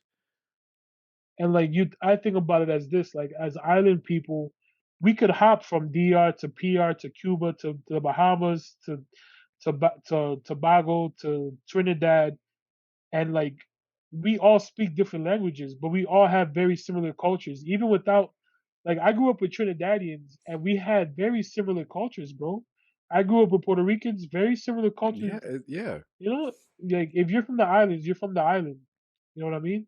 Jamaica, Cuba, Trinidad, Dominica, not Dominican Republic, Dominica. Like it's the Bahamas, right? Like it's all very similar. Now, when you get to Mexico, Mexico's landlocked, so that's a very different story. You know, Yeah. Panama, Peru, it's very it's this there's differences because we're very much ocean people. So like a lot of our stuff is water based. Like a lot of our big gods in Taino culture are like Yemaya in Santeria, or like they have different names for like water, but water is such a big thing on islands And a lot because of the ocean. Go ahead. no, I was just saying a lot of our also religions also come from Africa Yeah, because like the Santeria, like Orishas and stuff. Ifan Orishas, yes, like Ifan, damn, Iloki, yeah, Yeah, but they change the names up in their own culture, yeah. Wow, I keep forgetting the names, No, no, but you you know what good. I'm trying to say, yeah. Ilofi, why am I forgetting these names over here? It's I got you right now. I have this website that has it's called Elegua, Ogun, yeah, Babalao. Yeah, Orula, Agayasu, Ogu, Agutarayo, Or, Agwe, Orula. Baba Yeah. Babaluaye. No, it's Baba. It's Baba. No, Let me see, because they have it different. They have it by like region. So I'm hmm looking at Haitian, But where Cuban, that came from Africa. You know what I mean? And then Papa Legba, it's crazy, man. Like Elegua, yes, Elegua. Yep.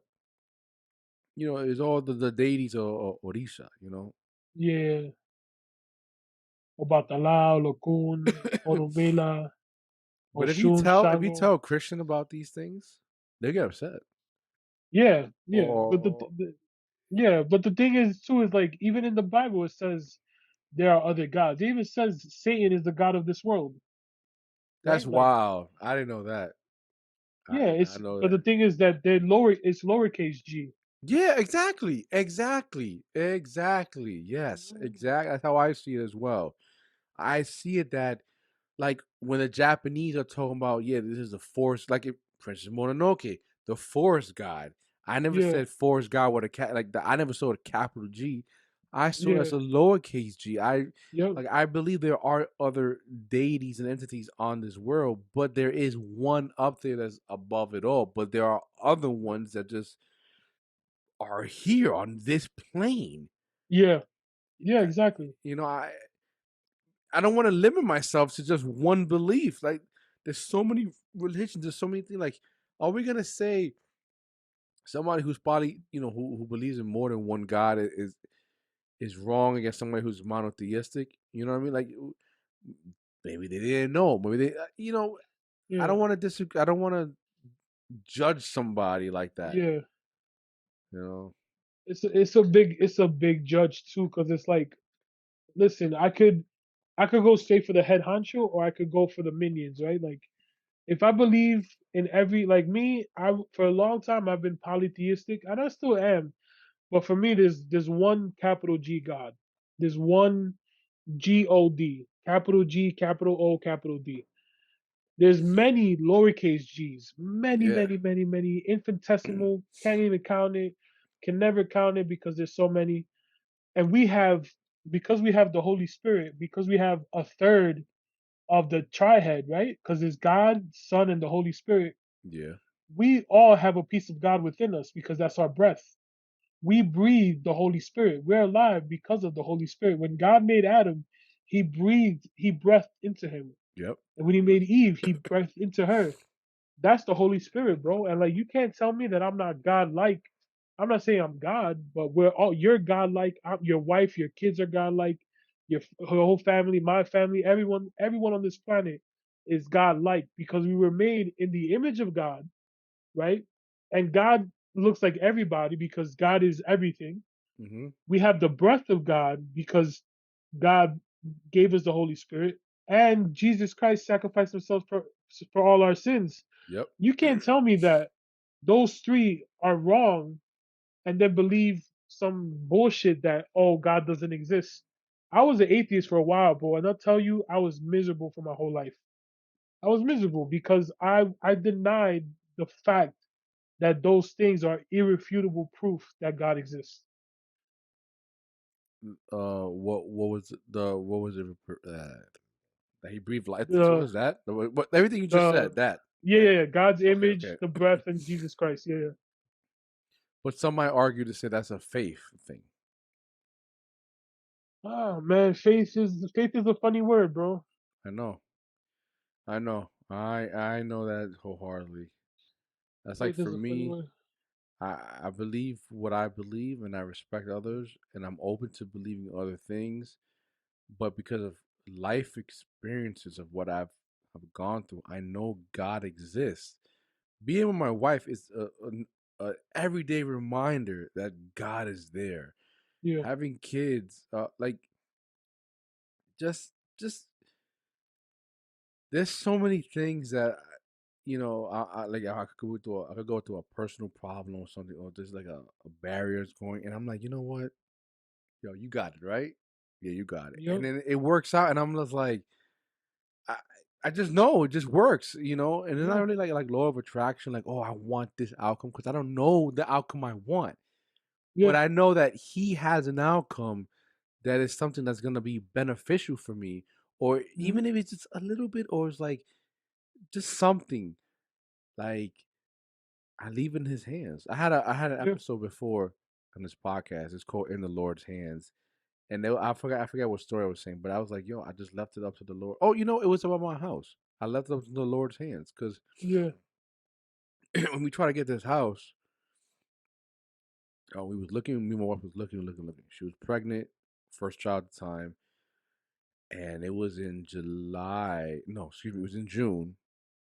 This house that we saw, we put a bid for it, and we lost the bid, and we was kind of really bummed out because we really love this house, and Yeah, we was yeah, like, nah, like what we got to do to get it. We have all our paperwork, like our credit score is good, whatever. It didn't work out. So my wife was bummed out. It was like, yo, I was like, babe, we both agreed. Let's take some time off because we got to worry about the baby shower. We got to worry about a lot of the things, and we can't really be focusing on this right now. yeah. So for 3 months, we stopped looking for houses, bro. We said, yo, we left it up in the Lord's hands, right?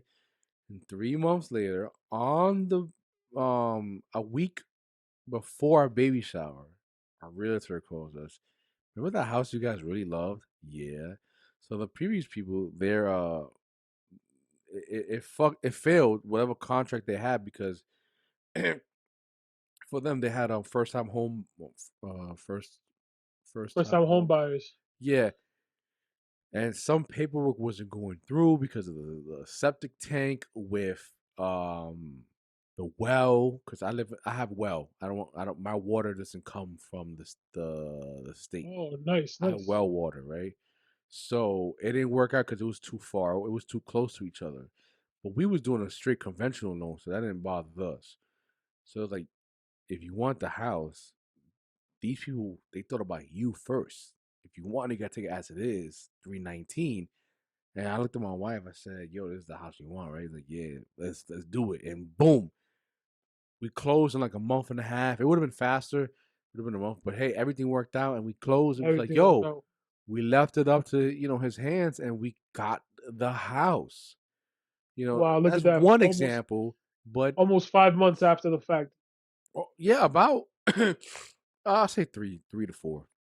But we Beautiful. left it up in his hand, and we got the house. And look, what happened? What happened 3 months after we bought? We closed the house in December. Uh, 3 months later, what happens? COVID. What happens to the wow. housing market? The housing market fucking explodes. The inflation explodes. People doing cash offers. BlackRock was buying all these houses that you put an offer in, they come and take the cash, and those people wanted that instead. So we got so lucky that my house and the interest rate, 3% interest rate. I'm not paying 11% for houses out here. So we got really Nice. lucky. If it's, you want to call it luck, if you want to call it God's design, I call it God's design, and I like to also say luck because I don't know. I just, like my wife always laughs at me because she says, "Why is it every time we gotta go somewhere, you always find parking?" I was like, "Because I'm gonna get parking. It's in my. I just like no matter where we go, I'm always finding parking. But I'm in my mind, I'm like, yeah, you got me right. Yeah, you got me, and I get parking. I just Yeah, never yeah. have it in my mind. I never have it that I'm not gonna get it. I just have it like it's like that positive energy, that positive vibes of things. And like I said, when I did that, the smudging with the Sage. sage and everything, the amount of positive energy I got, I was like, let me record this pod, and the anxiety left, and I was just like, yo, this is what I needed right now. And like, this is Yeah. him again talking to me. Some people might say, why would you? That whole saging thing is another religion. Nah, listen, I'm open to it all, but this for me fucking works. I don't want to sit Listen, bro. here and not and dismiss other things because you want me to be in a Catholic religion or a Christian religion. Yeah, If you want to go by the Bible and take things by all means, right? Go ahead. yeah. But it's something I'm not going to give 20% of my salary to an institution of the church called tithing, and I don't know where that money goes because if you want to go by the Bible, Peter the Rock didn't have a church. They just created the church so they can go and place of worship. But the church is anywhere you want it to be. It could be Yep. your house. It could be the fucking Central Park if you need it to be. It could be anywhere. It never Any has to be the anywhere two Vatican if you people want it. anywhere two people meet in my name is a church. You don't need any of that. And how much Yeah. gold the Vatican got and enough? Nah. Yeah, Nah. niggas getting mad at fucking Elon Musk for putting $44 billion in Twitter. Oh, you could have cured homelessness. What about the Vatican? They got trillions of dollars. I don't see them giving out gold pieces of gold slippers. Nah. Nah, come on. Don't give me Nah, that nah, nah. shit. Sorry, I Hey, got into everybody, it. nah, you good, bro. I feel the same way. I'm like, you know, whatever money Elon Musk, whatever money Bill Gates, whatever money they got, however they got it, bro. But honestly, it's nothing compared to the people in Dubai, the people in Emirates, the people in the Vatican, the people, the head honchos of the world. Yep. They got money up. They got trillions. They got whatever's after trillions they got. But I'm not Petro, I don't complaining know. because Shit. that touches a different. Oh no, it's the church. Oh no, we're not supposed to pay from the church's money. Why the church got money? Why you're not about the mortal stuff, right? You're not about the earthly connection. Why you need money for it? Yeah, why you need this big vast facility? If you want to talk about the Vatican archives, okay, I get it. You want to, but man, the Vatican archives, I feel like there's a lot of things in there that they're hiding because they know if we found out the truth, niggas would be going crazy. Oh yeah, it'll Their be a wrap. mind will be exploding from that Yeah, shit, bro. mad people will be in mental institutions, brother, Or they'll be awakened. I or to don't be like to use that awakened. word awakened, but their mind will Yeah, be different, you know? yeah. Yeah. Let's go in, bro. Go in. If you want, we could just end it right here, bro. We All could right, let's definitely do it. Yeah, end yeah, it right here, bro. All right. yeah. Well, thank you for this episode. Really Nah, appreciate thank you you, brother. coming. I Always. enjoyed the whole conversation. I know this current conversation we had, we're definitely gonna come back to it Yeah. with more into insight, and you maybe my co-host might come over. Now we just keep it ourselves, but I loved it. Thank you for coming. Nah, thank you for having me, brother. And I appreciate the comment. We're gonna continue this conversation afterwards, Yeah. on text message and all these things. But thank you, everybody. This is Oh, thank Louis you. Graveley, uh, the second. Louis Graveley the second. Check him out on Instagram. What's your? I should have said in the beginning, but what's your plugs, man? If you want to share it, if you want. yeah. So my Instagram is Gravely Creative. That's Gravely like the word with the E between the L and the Y, and gravelycreative.com as well. That's about it. Yep, the links will be in the bottom of the description. Louis, thank you for coming, man. And as Thank you, always, you are Joe. always welcome on this pod. And Thank you, thank brother. you.